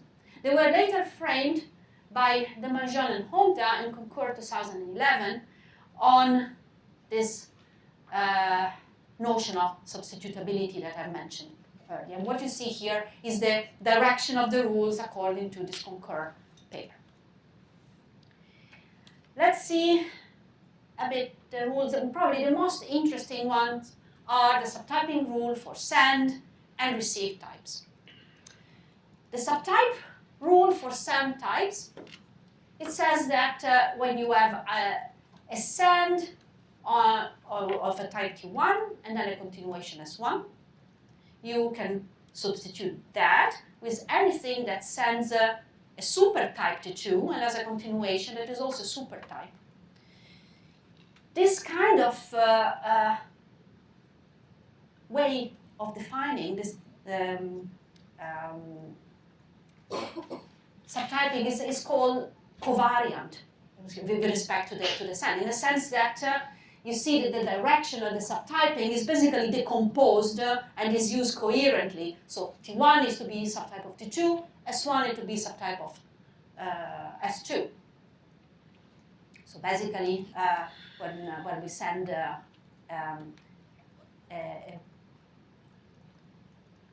real number on the right-hand side, I could use something that sends an integer. That was an okay cast to do.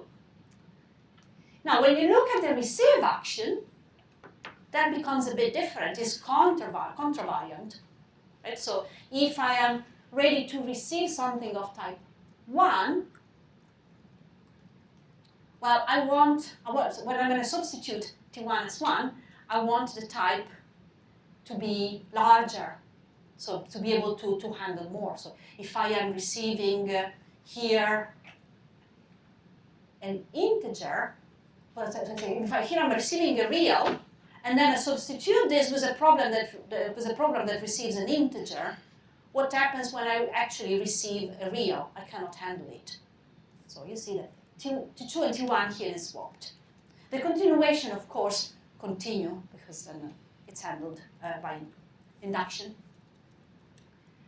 Similarly, for the branching and the selection, when you have the branching, the subtype can add some options. You can substitute a server with another server that offers more services. And dually, when you have the selector, I can substitute a selector with a selector that selects fewer options. Okay? And there's no recursion here. There's a big, where's recursion? I could have done as I did with duality. define a subtyping with recursion, but it would have been a bit restrictive. Another way of doing it is defining recursion, comparing infinite unfoldings of the session types of the candidate subtype and supertype. So, for example, if we have the process that always sends int and the process that sends 2 ints always, in order to understand whether these two are subtype, supertype, we have this equi-recursive view where we say, well, one type is equivalent to its unfolding. So we check the infinite unfolding. But when unfolding means I take a recursion, I remove the recursion scope, and I substitute the recursion variable with the recursion itself. And I can do it twice, 3 times, and so on, and then I obtain this infinite trees. Similar here, but you see that the pace is double. But it doesn't matter because I'm going to consider infinite trees, and these are going to be equivalent. Okay. We could do the same also for duality, and then define it in that way as a relation rather than a function. So do we have to like do anything to the typing rules to like? So No. we introduce that. So No, so the typing rule remain as are. I'm omitting the way in which that is checked is done by co-induction, reasoning on these infinite trees, and is decidable, but I don't want to go there. Okay? Just to let you know that it can be done, it is more flexible. So, which one is the subtype of which? Now we have a process, and we need to tell me the direction, which one. So one process that sends an even number and one sends an integer. Which one is the subtype, the one that I can substitute with another? Left or right?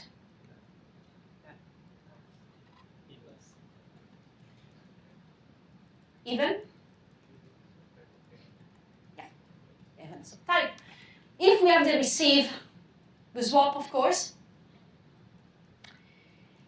Oh, this is interesting. This is different from the duality, right? Now here we are receiving the type send an even, and here we are receiving send an int.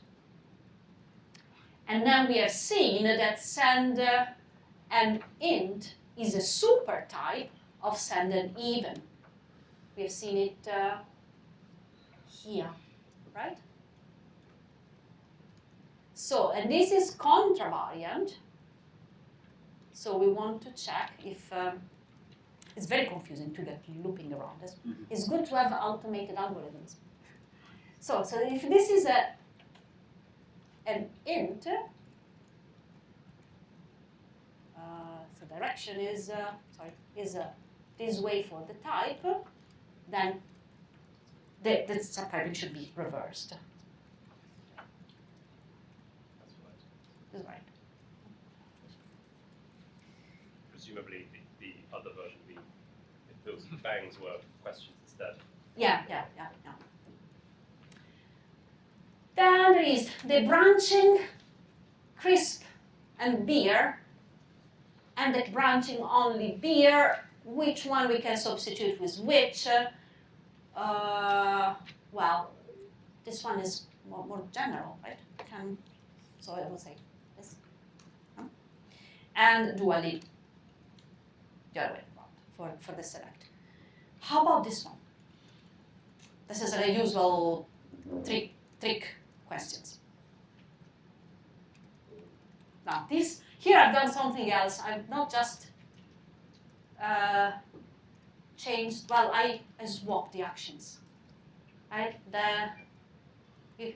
Who thinks this could somehow be a subtype in some? Okay. This is not a subtype, but it's not just a random. This example will come back. So what we are doing here, there's one of the types that is sending a message earlier than the other. I'll leave it there for now. So we have seen that, if we swap the two actions, we don't have subtyping. And that's good. It's good because if we substituted one process for another, we would have a problem, as you can see in a moment now. First, see the correct process, the process that implements S. That so you have a receiver, a string, and a send an integer, right? And you have the dual process, and it all reduces. Except, well, this S should change, but I simplified that. Now, what if I substitute the process with one that sends earlier? Right, what happens? That both processes want to send, and we are in synchronous communication, right? So what would happen here? Nothing. It gets stuck. It's a deadlock. Now, what if we had asynchronous communication? Let's have a look at our initial example. Maybe still here. Oh, okay, we already have it. So we have, give me the money, give me the book. Well, let's do the other way around. I give you the book. So both of them are trying to send first and then receive, which is what our example on the slide does.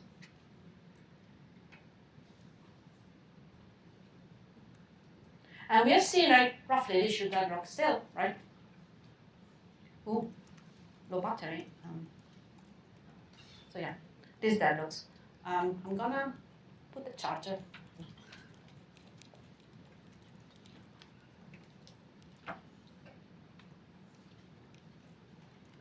So in Go, when you define channels, if you write no size for the channels, these channels have a size by default 0, which model synchronous communication. That's what we have done now. So you can see that book and money have no size. They are synchronous. Now, what if we make them asynchronous? It's very easy in Go. We just give them a size. In this case, we can just give them a size of 1. Normally, with session types, you assume the size can be unbounded. So what do you think it happens here? They both try to write, and they don't get stuck because they can write on the queue, right? So with asynchronous communication, we get a good process. Okay? So that subtyping is not good for synchronous session types, and is good. That is not good. But for asynchrony, we see that we need to look for something else. Before we proceed to asynchronous session types, let's wrap up a little bit with this subtyping, duality, the relationship. Okay, so we have seen in part 1 the duality function. It's an efficient way to describe safe protocols, but it's a bit inflexible in the sense that there are many safe protocols that are made by non-dual types. Okay, so there are many things we cannot describe just by duality. For example, the feed server that keep receiving more or stop and possibly provide feeds repeatedly, and the client that asks one feed and then stops. Okay, these two are working well together. You could substitute the dual of this with this and have no problems.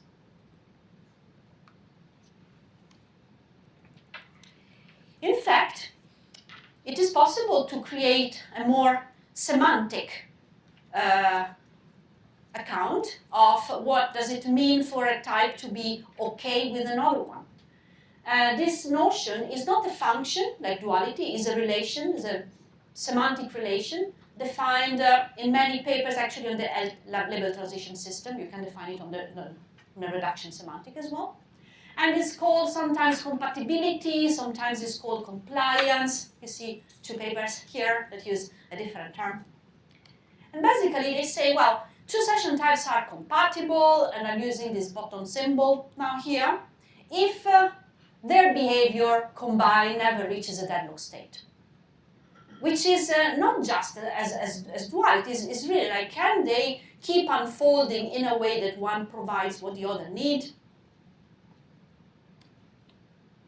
Okay, what is a deadlock? Well, a deadlock is when there's no more action possible and the types are not both and. No. Well, and one can verify that these two types that we have shown earlier that are obviously not dual, they are compatible, right? Because, well, there will be the selection of one more.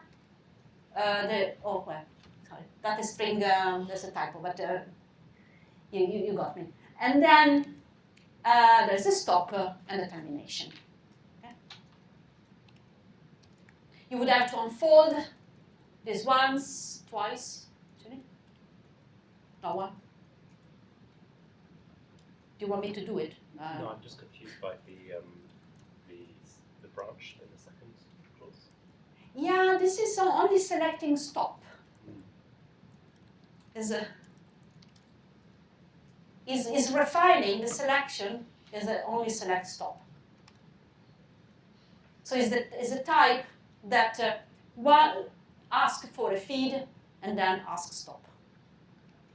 And then you compare this with the unfolding of this. And So the only reason why the n exists because we did does n have any other semantic meaning than just being a separator? It just acts as a separator, right? And is what we want to obtain at the end if the execution terminates. Oh. It's just to make sure that we check with this end. Good. Oh, it's like zero, corresponds with 0 in the... Yes. Okay. For synchronous session types, compatibility is decidable.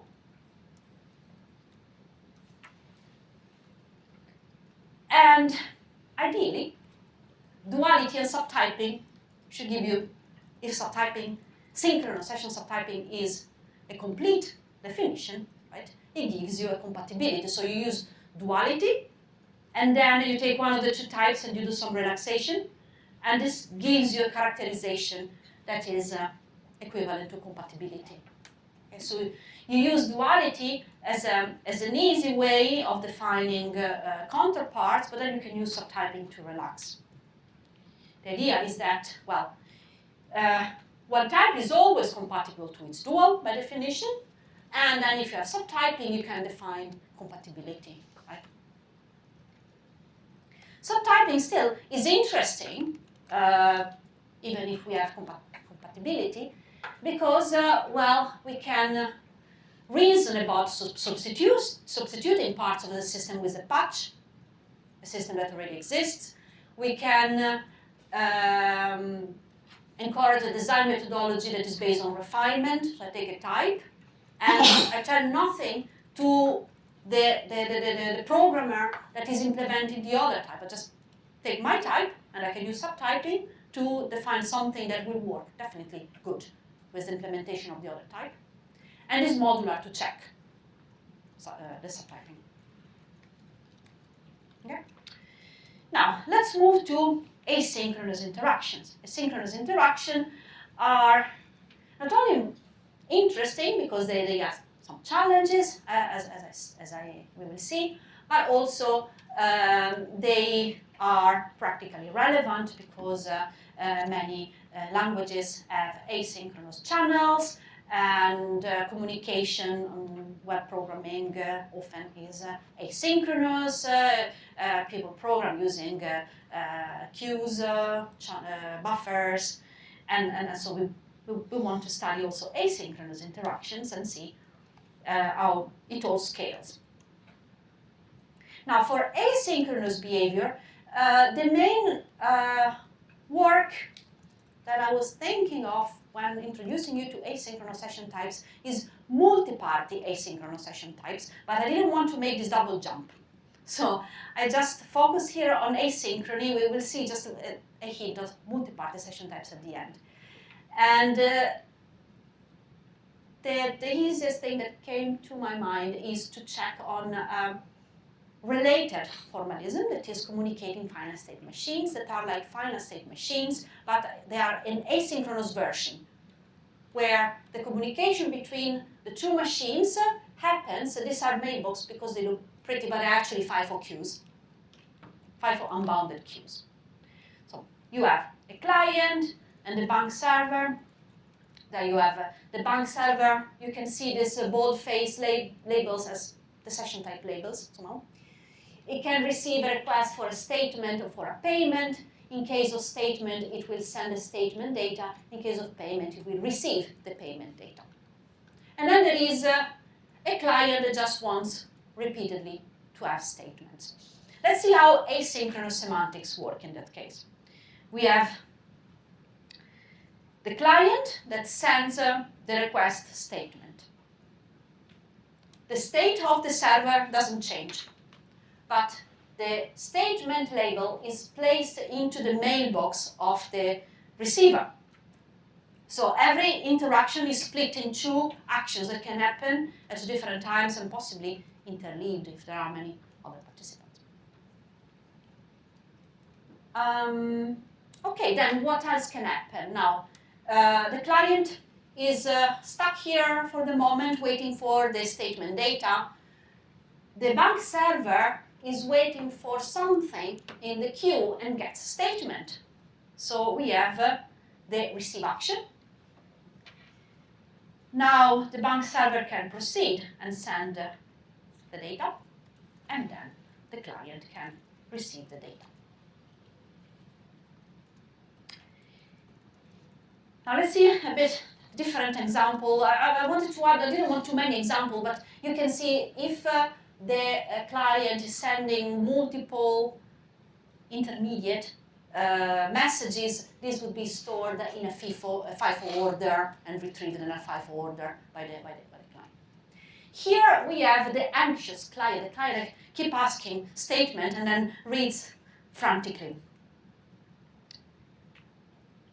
There's no particular order or discipline between the statement and data, so how many statement messages can be at any one time in the mailbox of the receiver?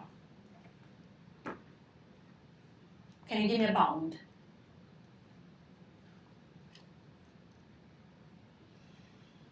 No, there's no bound, right? So, with asynchronous communication, we are leaving the realm of finite state formalisms, and we actually have infinite configurations, right? So, unfortunately, if you take this asynchronous finite state machine, communicating finite state machines, indeed, because of this complexity given by these unbounded channels, interesting properties like deadlocks and unspecified reception, this communication mismatches that we wanted to avoid, well, detecting them or verifying them becomes in general undecidable. This is a result that was given by Gauda and others in 1984. So we have the models that we can define, the synchronous model, and there is some good models. We can never precisely characterize the set of good models. However, in the same paper, they give 3 sufficient conditions that guarantee that if you follow them, our model is going to satisfy deadlock and unspecified receptions.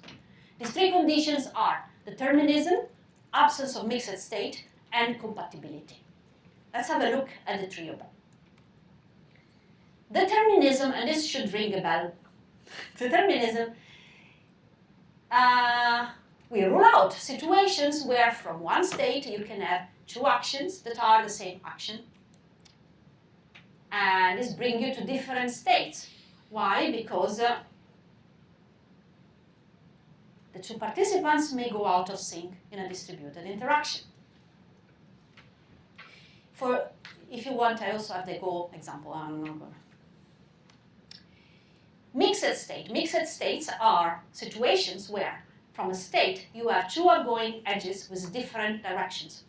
It doesn't matter, in this case is A, send A, receive A, it could be send A, receive B. It doesn't really matter. What matters, what makes it mixed is that one is a receive and one is a send. Okay? Why is this bad? If we were in synchronous communication, probably it wouldn't be that much of a problem.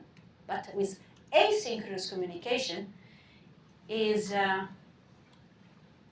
both could decide to choose, decide to send something, but not the corresponding path. Mixed states are ruled out. And then there is a compatibility for each reachable non-final state. If one role can make an action, the other role can make a corresponding action. Déjà vu. So is it determinism, not mixed state, compatibility? I will recap here the syntax of session types. Can you write bad protocols with session types? Well, let's say, just to give a hint, I can encode the branching as a state where you have a number of labels outgoing. Same for the select. So determinism. We have seen that the labels are unique. You cannot write non-deterministic session types. Mixed choice. Either you have a select or you have a branching. Either you have a send or you have a receive. You cannot have mixed choice. Compatibility. We have duality. Maybe subtyping. Maybe a notion of compatibility. So it's really similar. So session types are safe. By definition, actually, session types correspond to that class of safe communication final state machines that I described earlier. And this was also studied for multi-party session types, similarly. Okay, now let's have a look, therefore, to, so we have seen like the compatibility now, it's undecidable, therefore, and let's focus on session subtyping. So we've seen, for a synchronous interaction on unbounded FIFO queues, compatibility is undecidable. Well, deadlock freedom and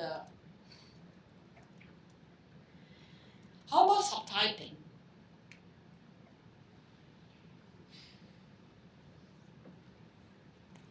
Well, subtyping. Which subtyping?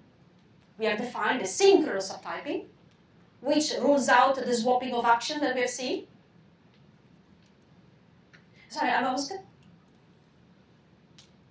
a bit puzzled by the first statement. Like, take it in parentheses, I need to double check that. But let's focus on subtyping. So synchronous subtyping is incomplete. Why is it incomplete? We have seen this example that works well in Go, so we can assume that with asynchronous semantic, the process where both parties send first should be correct. So it should be accounted for by asynchronous subtyping for it to be complete, a complete characterization of safe substitutability. Okay.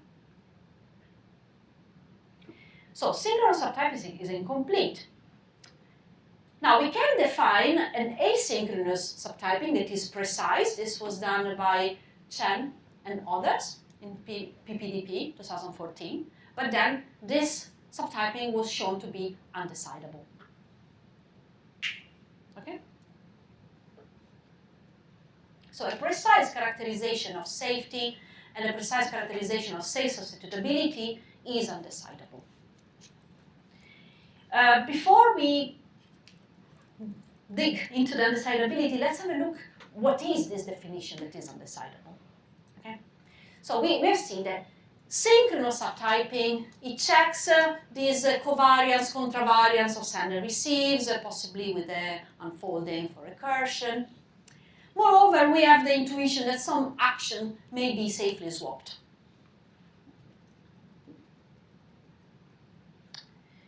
Another example where this can work.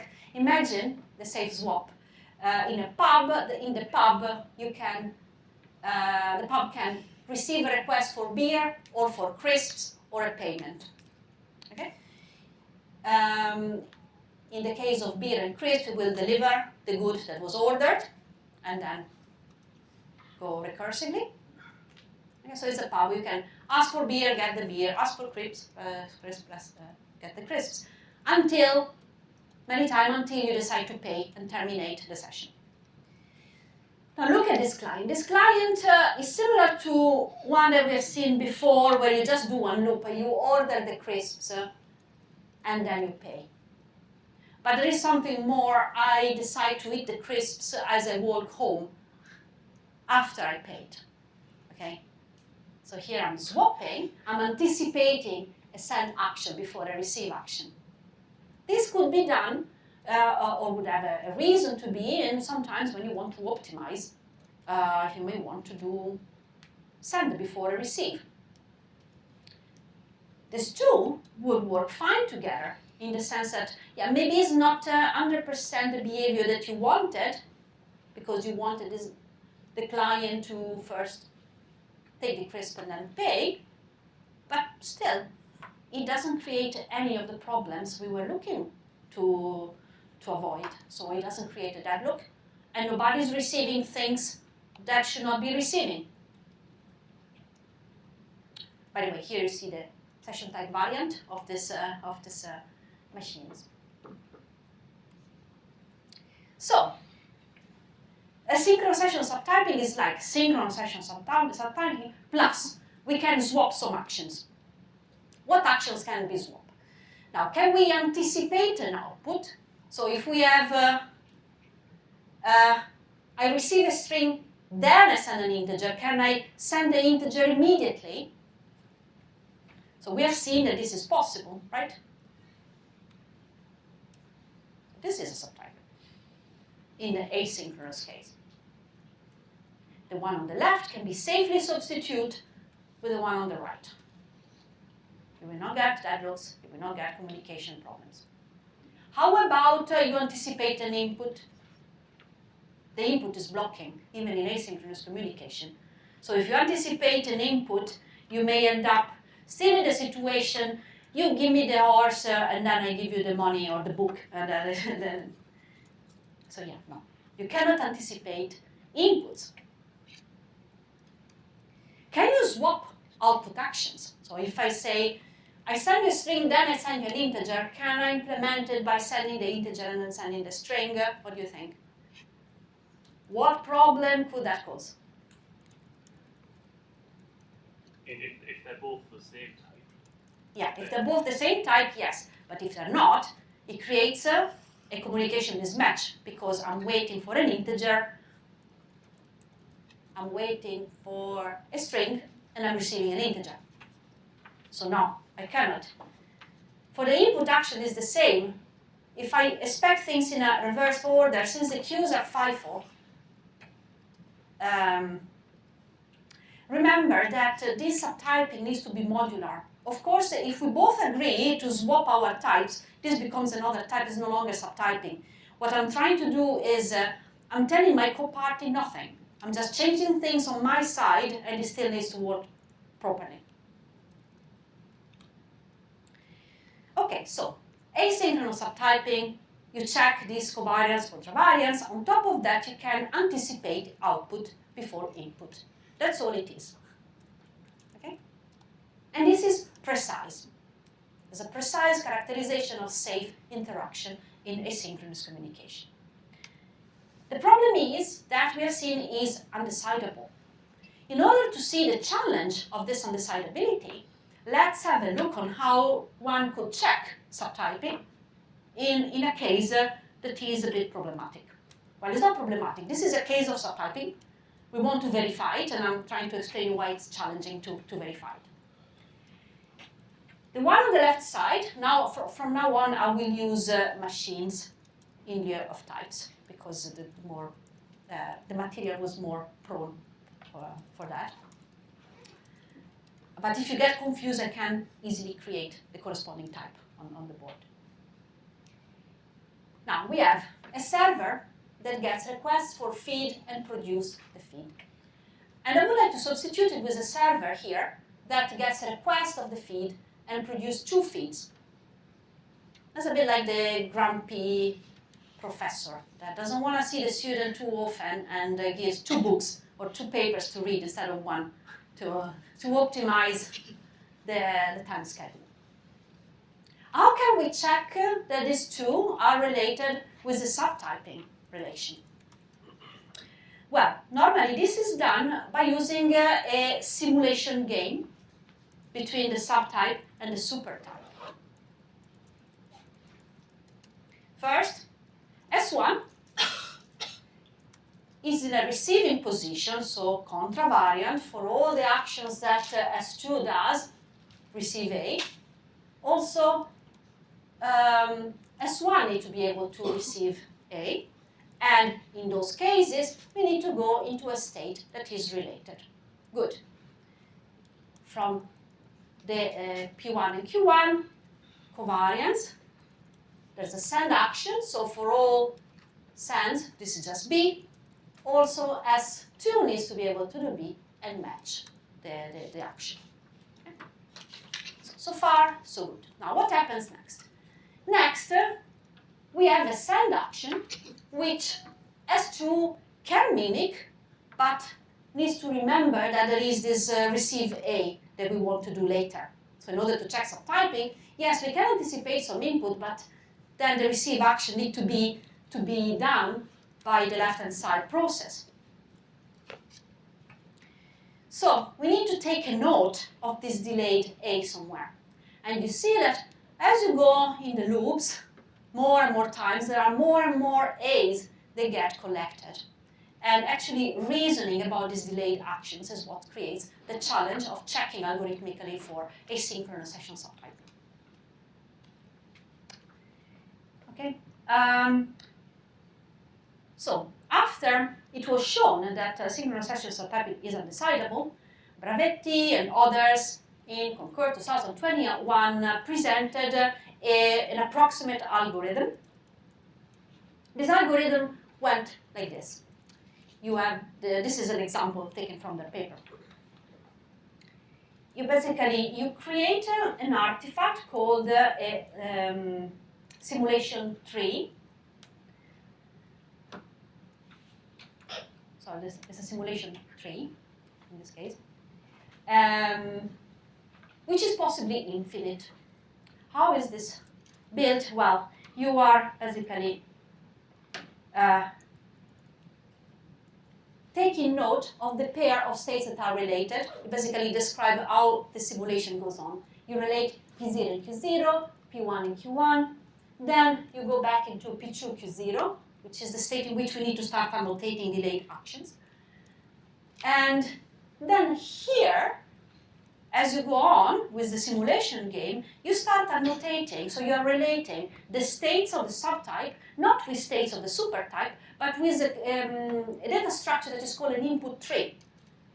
Is a state surrounded by a set of delayed actions.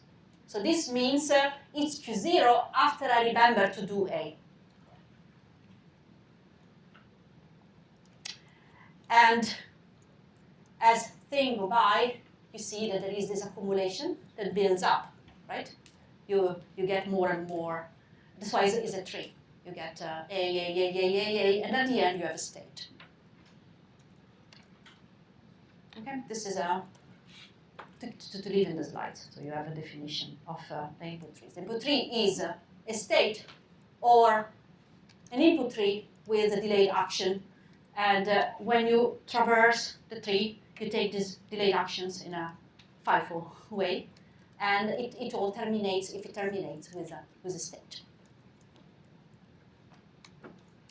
This, I don't know, we abstract from this, we don't go bit by bit, but this is the algorithmic definition of subtyping that was in the PPDP paper. And the good thing of this definition is that it's very algorithmic, so it's close to an algorithm. It's easier to implement. Basically, what it does, it checks for subtype and supertype. If you have a receive action, looks for the contravariant case, and if the state of the supertype is a tree, then you need to to check that the delayed action is the action that the supertype is trying to do, and you remove it from the tree. In the send case, it's similar. You check for the covariant case, and if there is an action to be delayed, you add it to all the leaves of the input tree. Now, the algorithm in this Concord paper builds a simulation tree, as I've shown, using input trees, up to some point, of course, because this tree goes on infinitely, right? And at some point, they stop and they use some heuristic to return yes, no, maybe. Now, I've taken up from this work, which was like really nicely written, especially because they gave all the counterexamples that they couldn't handle, so we could see where the limitations were, and we could build on that. And I've been working with Andy King, who was new to session types, but is expert in abstract interpretation. And while seeing the one example that in the Concord 2020 paper is not handled by the algorithm, thinks, oh, but this goes well with the widening technique. So we tried that. So we applied approximation from widening, that is normally used in abstract interpretation, to the problem of session subtyping. So we have this layered approach. We presented this work in TACAS 2024.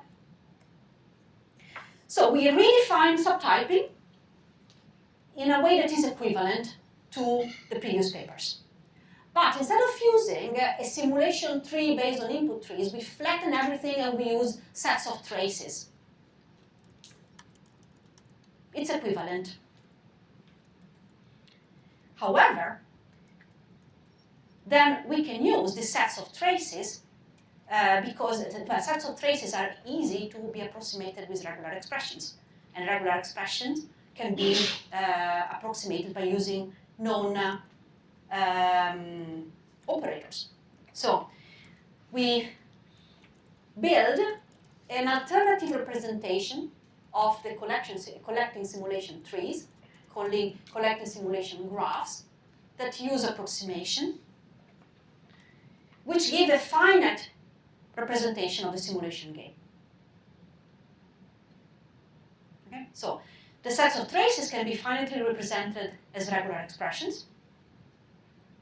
And then we can use widening to ensure convergence. Widening I'll mention in a moment. So let's see how it goes. Let's start from our session, the simulation tree, and we can somehow observe. I use here color coding, and just for clarity. There's no semantic meaning, but you see that there is P0, P0, P0, P0, P1, P1, P1, and they're all sorted. There's a pattern that keeps repeating. So we could represent the same infinite tree as a finite graph, right? Here I use the color coding to tell you which states correspond to which, by observing that we actually are iterating between 3 meta states if we observe that R is actually T0, T2, T3, T4 is basically T0 plus an arbitrary prefix, a prefix of an arbitrary number of A's. R prime can also be Q1. That's the difference. And then we go back into P2, that is also related to R. So we are relating the states of the subtype with symbolic states which over-approximate the states of the supertype. This gives us a finite characterization where basically R and R prime can be finitely represented as the regular expression, A star Q0 or A star Q0 plus Q1.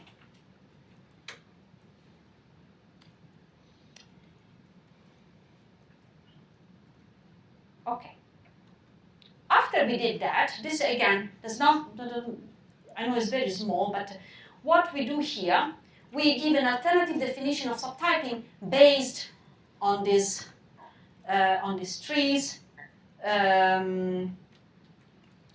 which basically, actually, this is not about the graph, this is about the tree. You check the state correspondence in one path.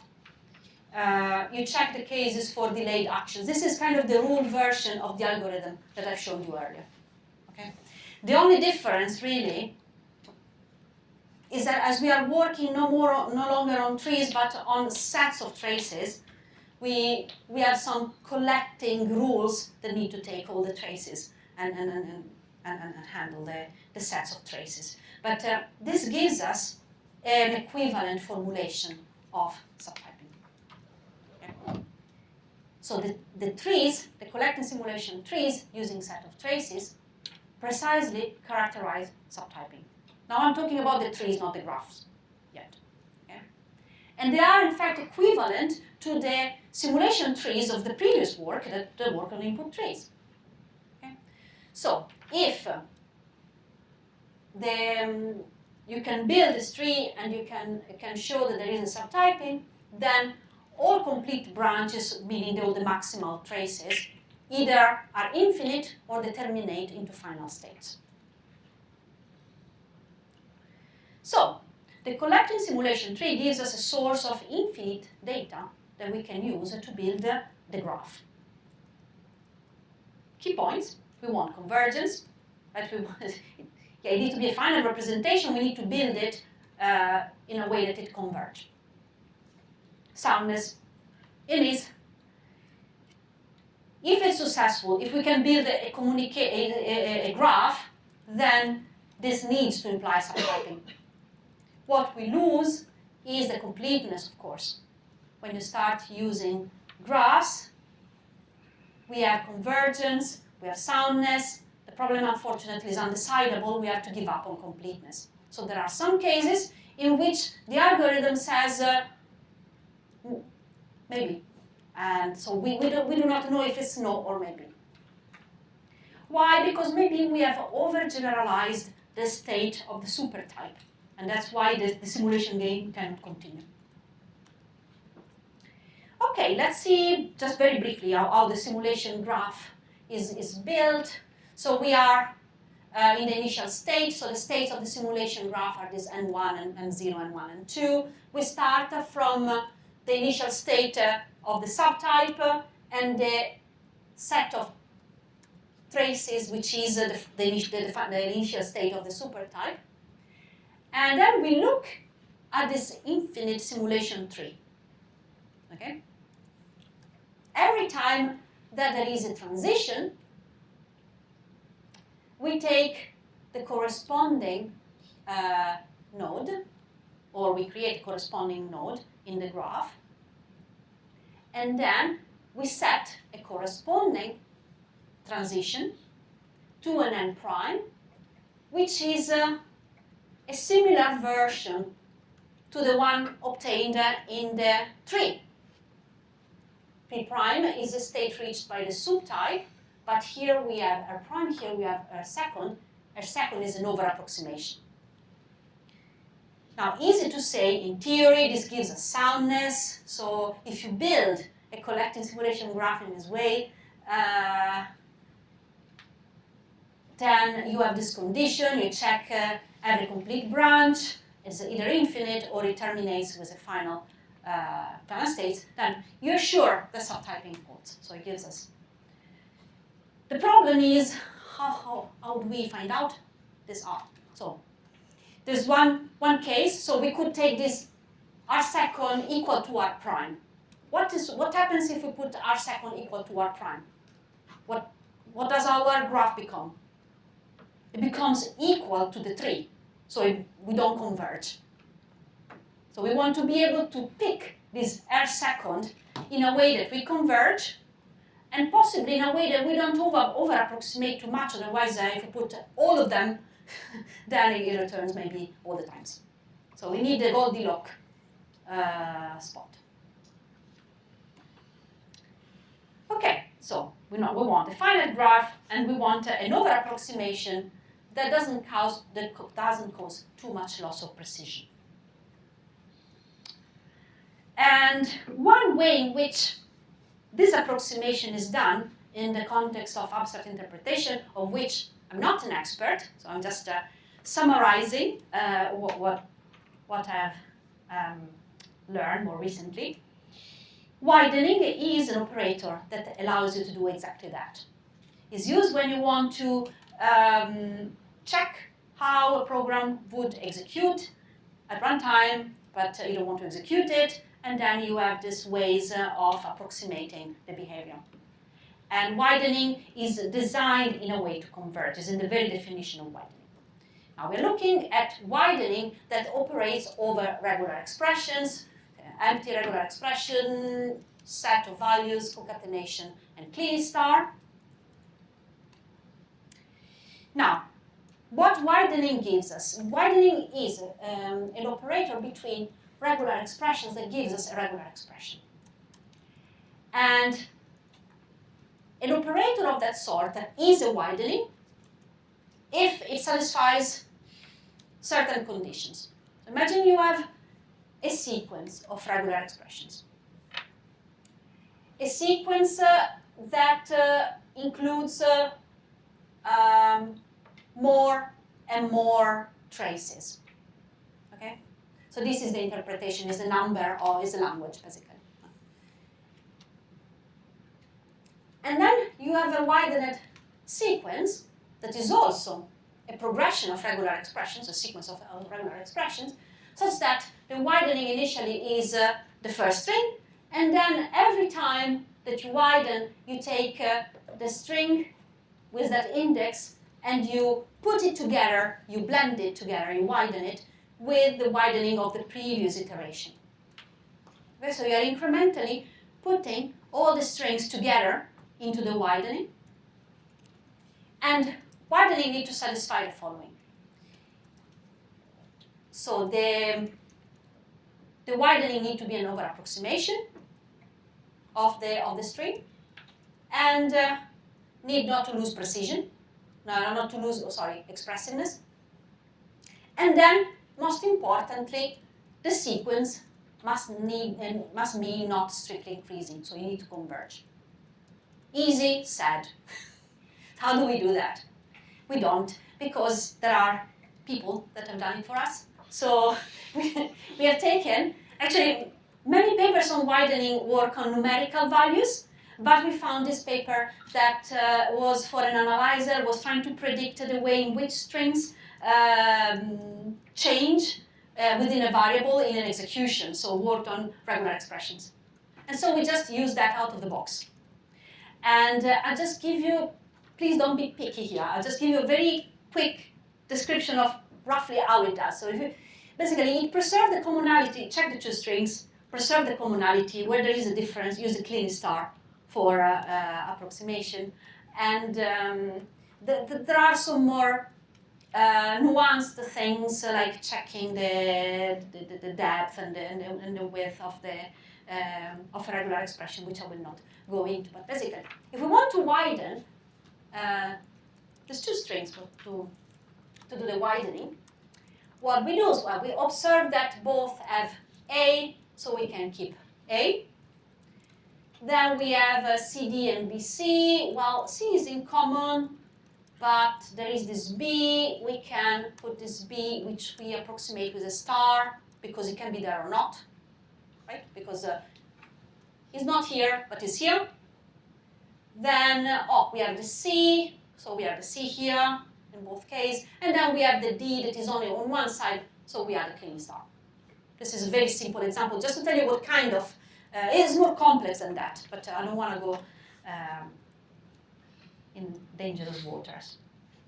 So, very, very quickly, try to describe you how the algorithm works by using the counterexample of the paper by Bravetti and others in Concours 2021, which is this example, one of the examples, they had these complex accumulation patterns that the algorithm couldn't handle, and I'll show you how we can define a collecting simulation graph for this example.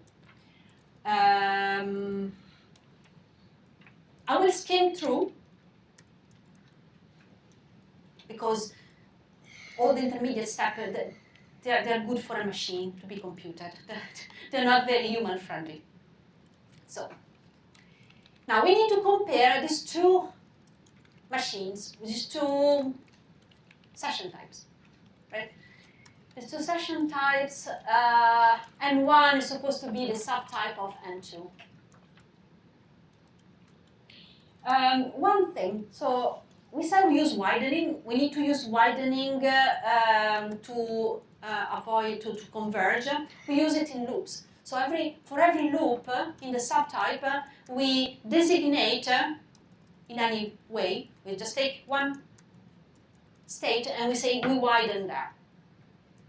And this will ensure convergence. So we pick P0 as a state. If we meet it more than once, then when we meet P0, we need to widen the regular expressions that are related to P0 with all those in the previous versions, in the previous states that are in relation with P0. And this here, in the previous paper, the verdict here was maybe.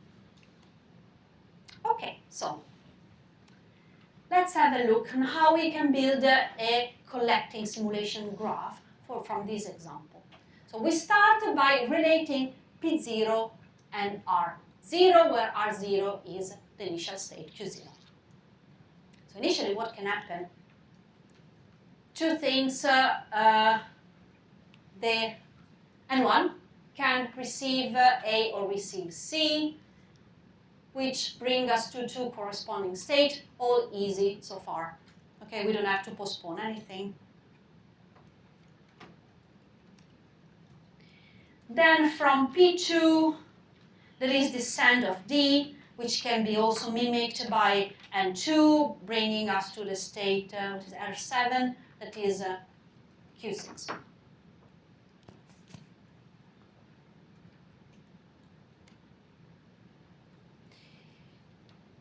However, from P0, okay, we have P1 then.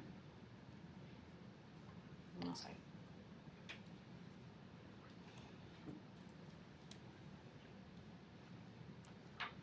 So from P1, R1, so P1, Q1, what can happen? N1 can send B and go to P0. On the right-hand side, we are in Q1. We can do the B, but after a C, a receive C, or we can do the B after participating in A. So we are actually relating P0 with I postpone A and then I go in Q0, or I postpone C and then I go in Q3. But careful, now we are meeting P0 again, and P0 is a widening point, so we need to widen R2 and put it together with R1. So R2 is this one, R0 is Q0, so we need to merge basically these two, and they're basically similar, except you need to allow this A to be optional, because you also want to allow Q0, so you put a clean star here. Now, I spare you the intermediate states, but you get something like this at the end, which not only gives us a solution, so D, and one is an asynchronous subtype of N2, but this artifact, although it may look complicated for us to parse, but it is a certificate, so it's something that can be used to somebody without using widening, use a problem solver to check it, to verify the subtyping in a second phase if you don't trust the algorithm. Okay. So basically, the algorithm is very simple. Is very, very short. We keep scanning the simulation game. We build these regular expressions. If we are in a widening point, we widen. Otherwise, we take the union of all the states. that are reached. And if the simulation game gets stuck, we return maybe. Otherwise, we invoke another step, another phase recursively, unless we found a fixed point where we return yes, and on top of that we return delta, which is the graph, the certificate. Okay. So observations. So it worked well. Just with the first widening we found, it works in all positive, so the actual subtyping cases of the benchmark of the previous paper, and it provides, except one case, one. I can show you this. Yeah. That case is because the widening we used as a problem with consecutive cleaning stars, and so it over approximated badly there. And it provides a certificate. It has a layered approach, so correctness is established by using collecting simulation trees that are equivalent to what was offered to us by previous work. Then we pass through the graphs to accommodate trace relaxation, and then we represent the traces as regular strings, which are finitely computed by widening. This is the example that we couldn't handle. Actually, my co-authors tried to do the relaxation by hand, and they sort of, with a lot of effort, managed to do this by hand. The idea is maybe there is a widening that for every example in a certain class where the language of the delayed actions is in a certain class, there exists a widening somewhere that allows us to prove it. And this is still uncertain grounds. So the methodology is parametric. One can choose different widenings or even different abstractions. For example, we extended this work to multi-party session types, which was not trivial. The sound and complete definition for asynchronous multi-party session type, this is asynchronous, is more declarative, and it was not that straightforward. But we reapplied the methodology using regular trees instead of regular expressions. And then we used a different widening, which allowed us also to prove the example we couldn't handle in the task paper, plus some other examples for multi-party session types. Bonus. We still have time. Okay, any questions so far? I just wanted to give you an example of putting things together and working with people with different expertise, and sometimes it can bring surprising outcomes. Multi-party session types. So we have seen binary session types. Multi-party session types came about in the early 2000s. There was this working group at the W3C for defining the web service choreography description language. There was this notion of choreography. There was an interaction between web services that was multi-party. And multi-party asynchronous session types are a formalism that captures these requirements of asynchronous communication and multi-party communication in that regard. The paper was published in POPL 2008 and won the most influential POPL paper award 10 years after. So, what is the general? First of all, what is this choreography? Is anybody familiar with the term choreography? So choreography, by looking at the definition by the W3C, is a specification of a global contract, a contract between more than two participants, where they agree on how interactions should go, and can be used to create a realization, so to create some local systems that together give you a behavior that satisfies the global requirement.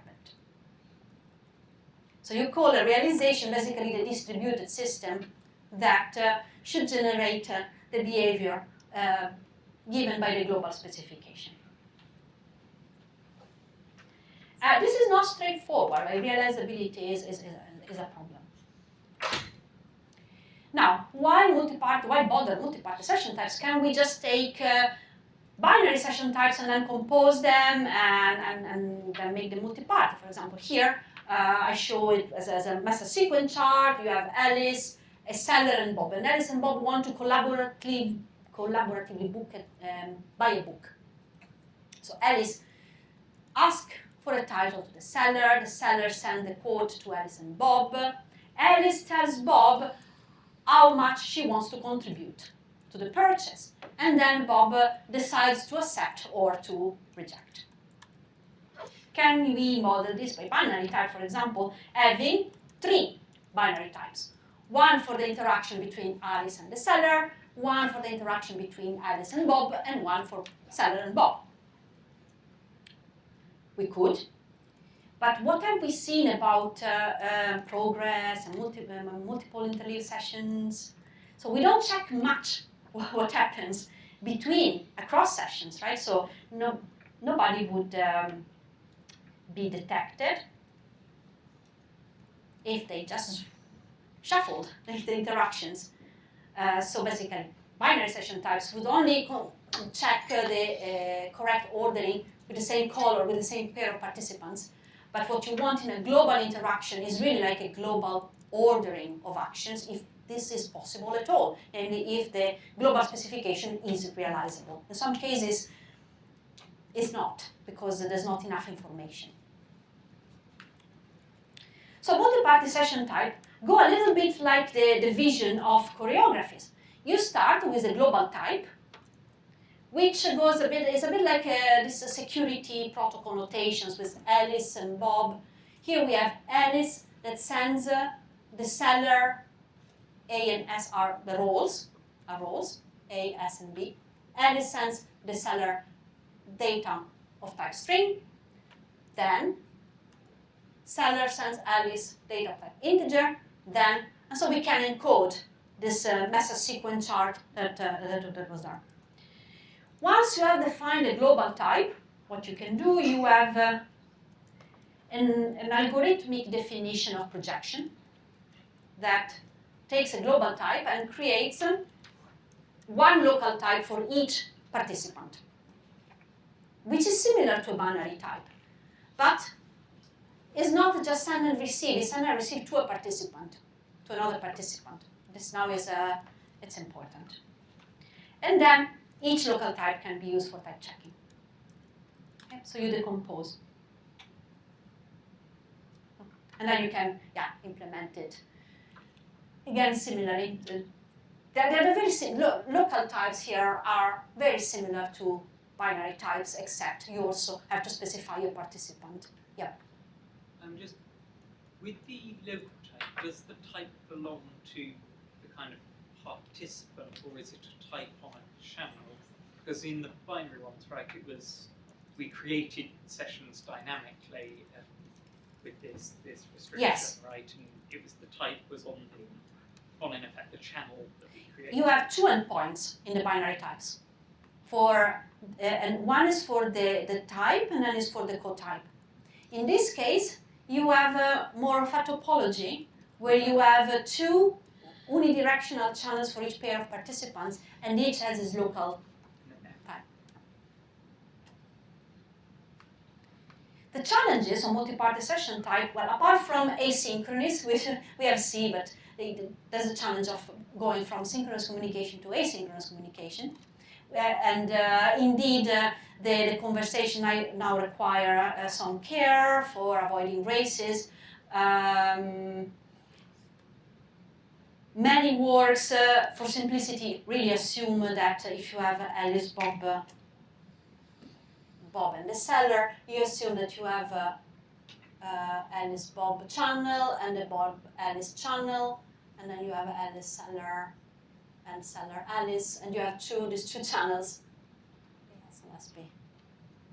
So you have this topology of linear channels.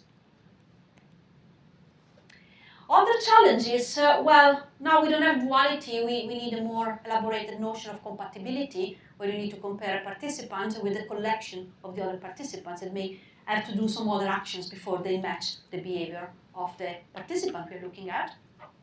There's the problem of realizability, so not all distributed specifications are realizable. In multi-party session types, there is this notion of projection that gives a sound definition, normally sound only, of realizability. So when you can project a global type, then the local types are a realization of the global type. And this is probably my last slide, and I wanted to conclude with some interesting work, recent work, that we are related to projection. The first one, well, projection is often restrictive. There are some projections that are more restrictive than others, and there's a work about sound and complete projection, which is made using a language-based approach, CAF 2023, and another work by Scalas and Yoshida, which gets rid of projection altogether and says, well, instead of starting from global types, why don't we define a safety invariant, like a meta property, and then they prove it safe by using model checking, and that gives a new breath to the problem. And I finished my material. So 10 minutes. Do you have any questions? Well, let's thank you all first.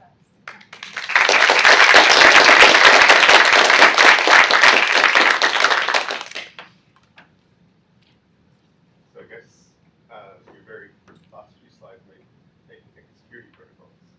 Is there any kind of work on sort of session types and security protocols? There are some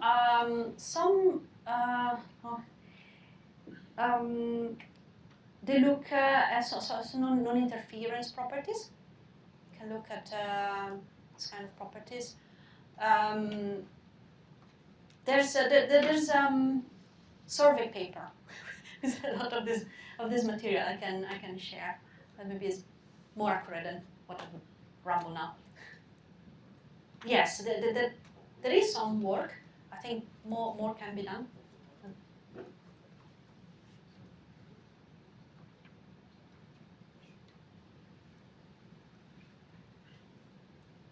More questions? Are you all out of steam? Hang on.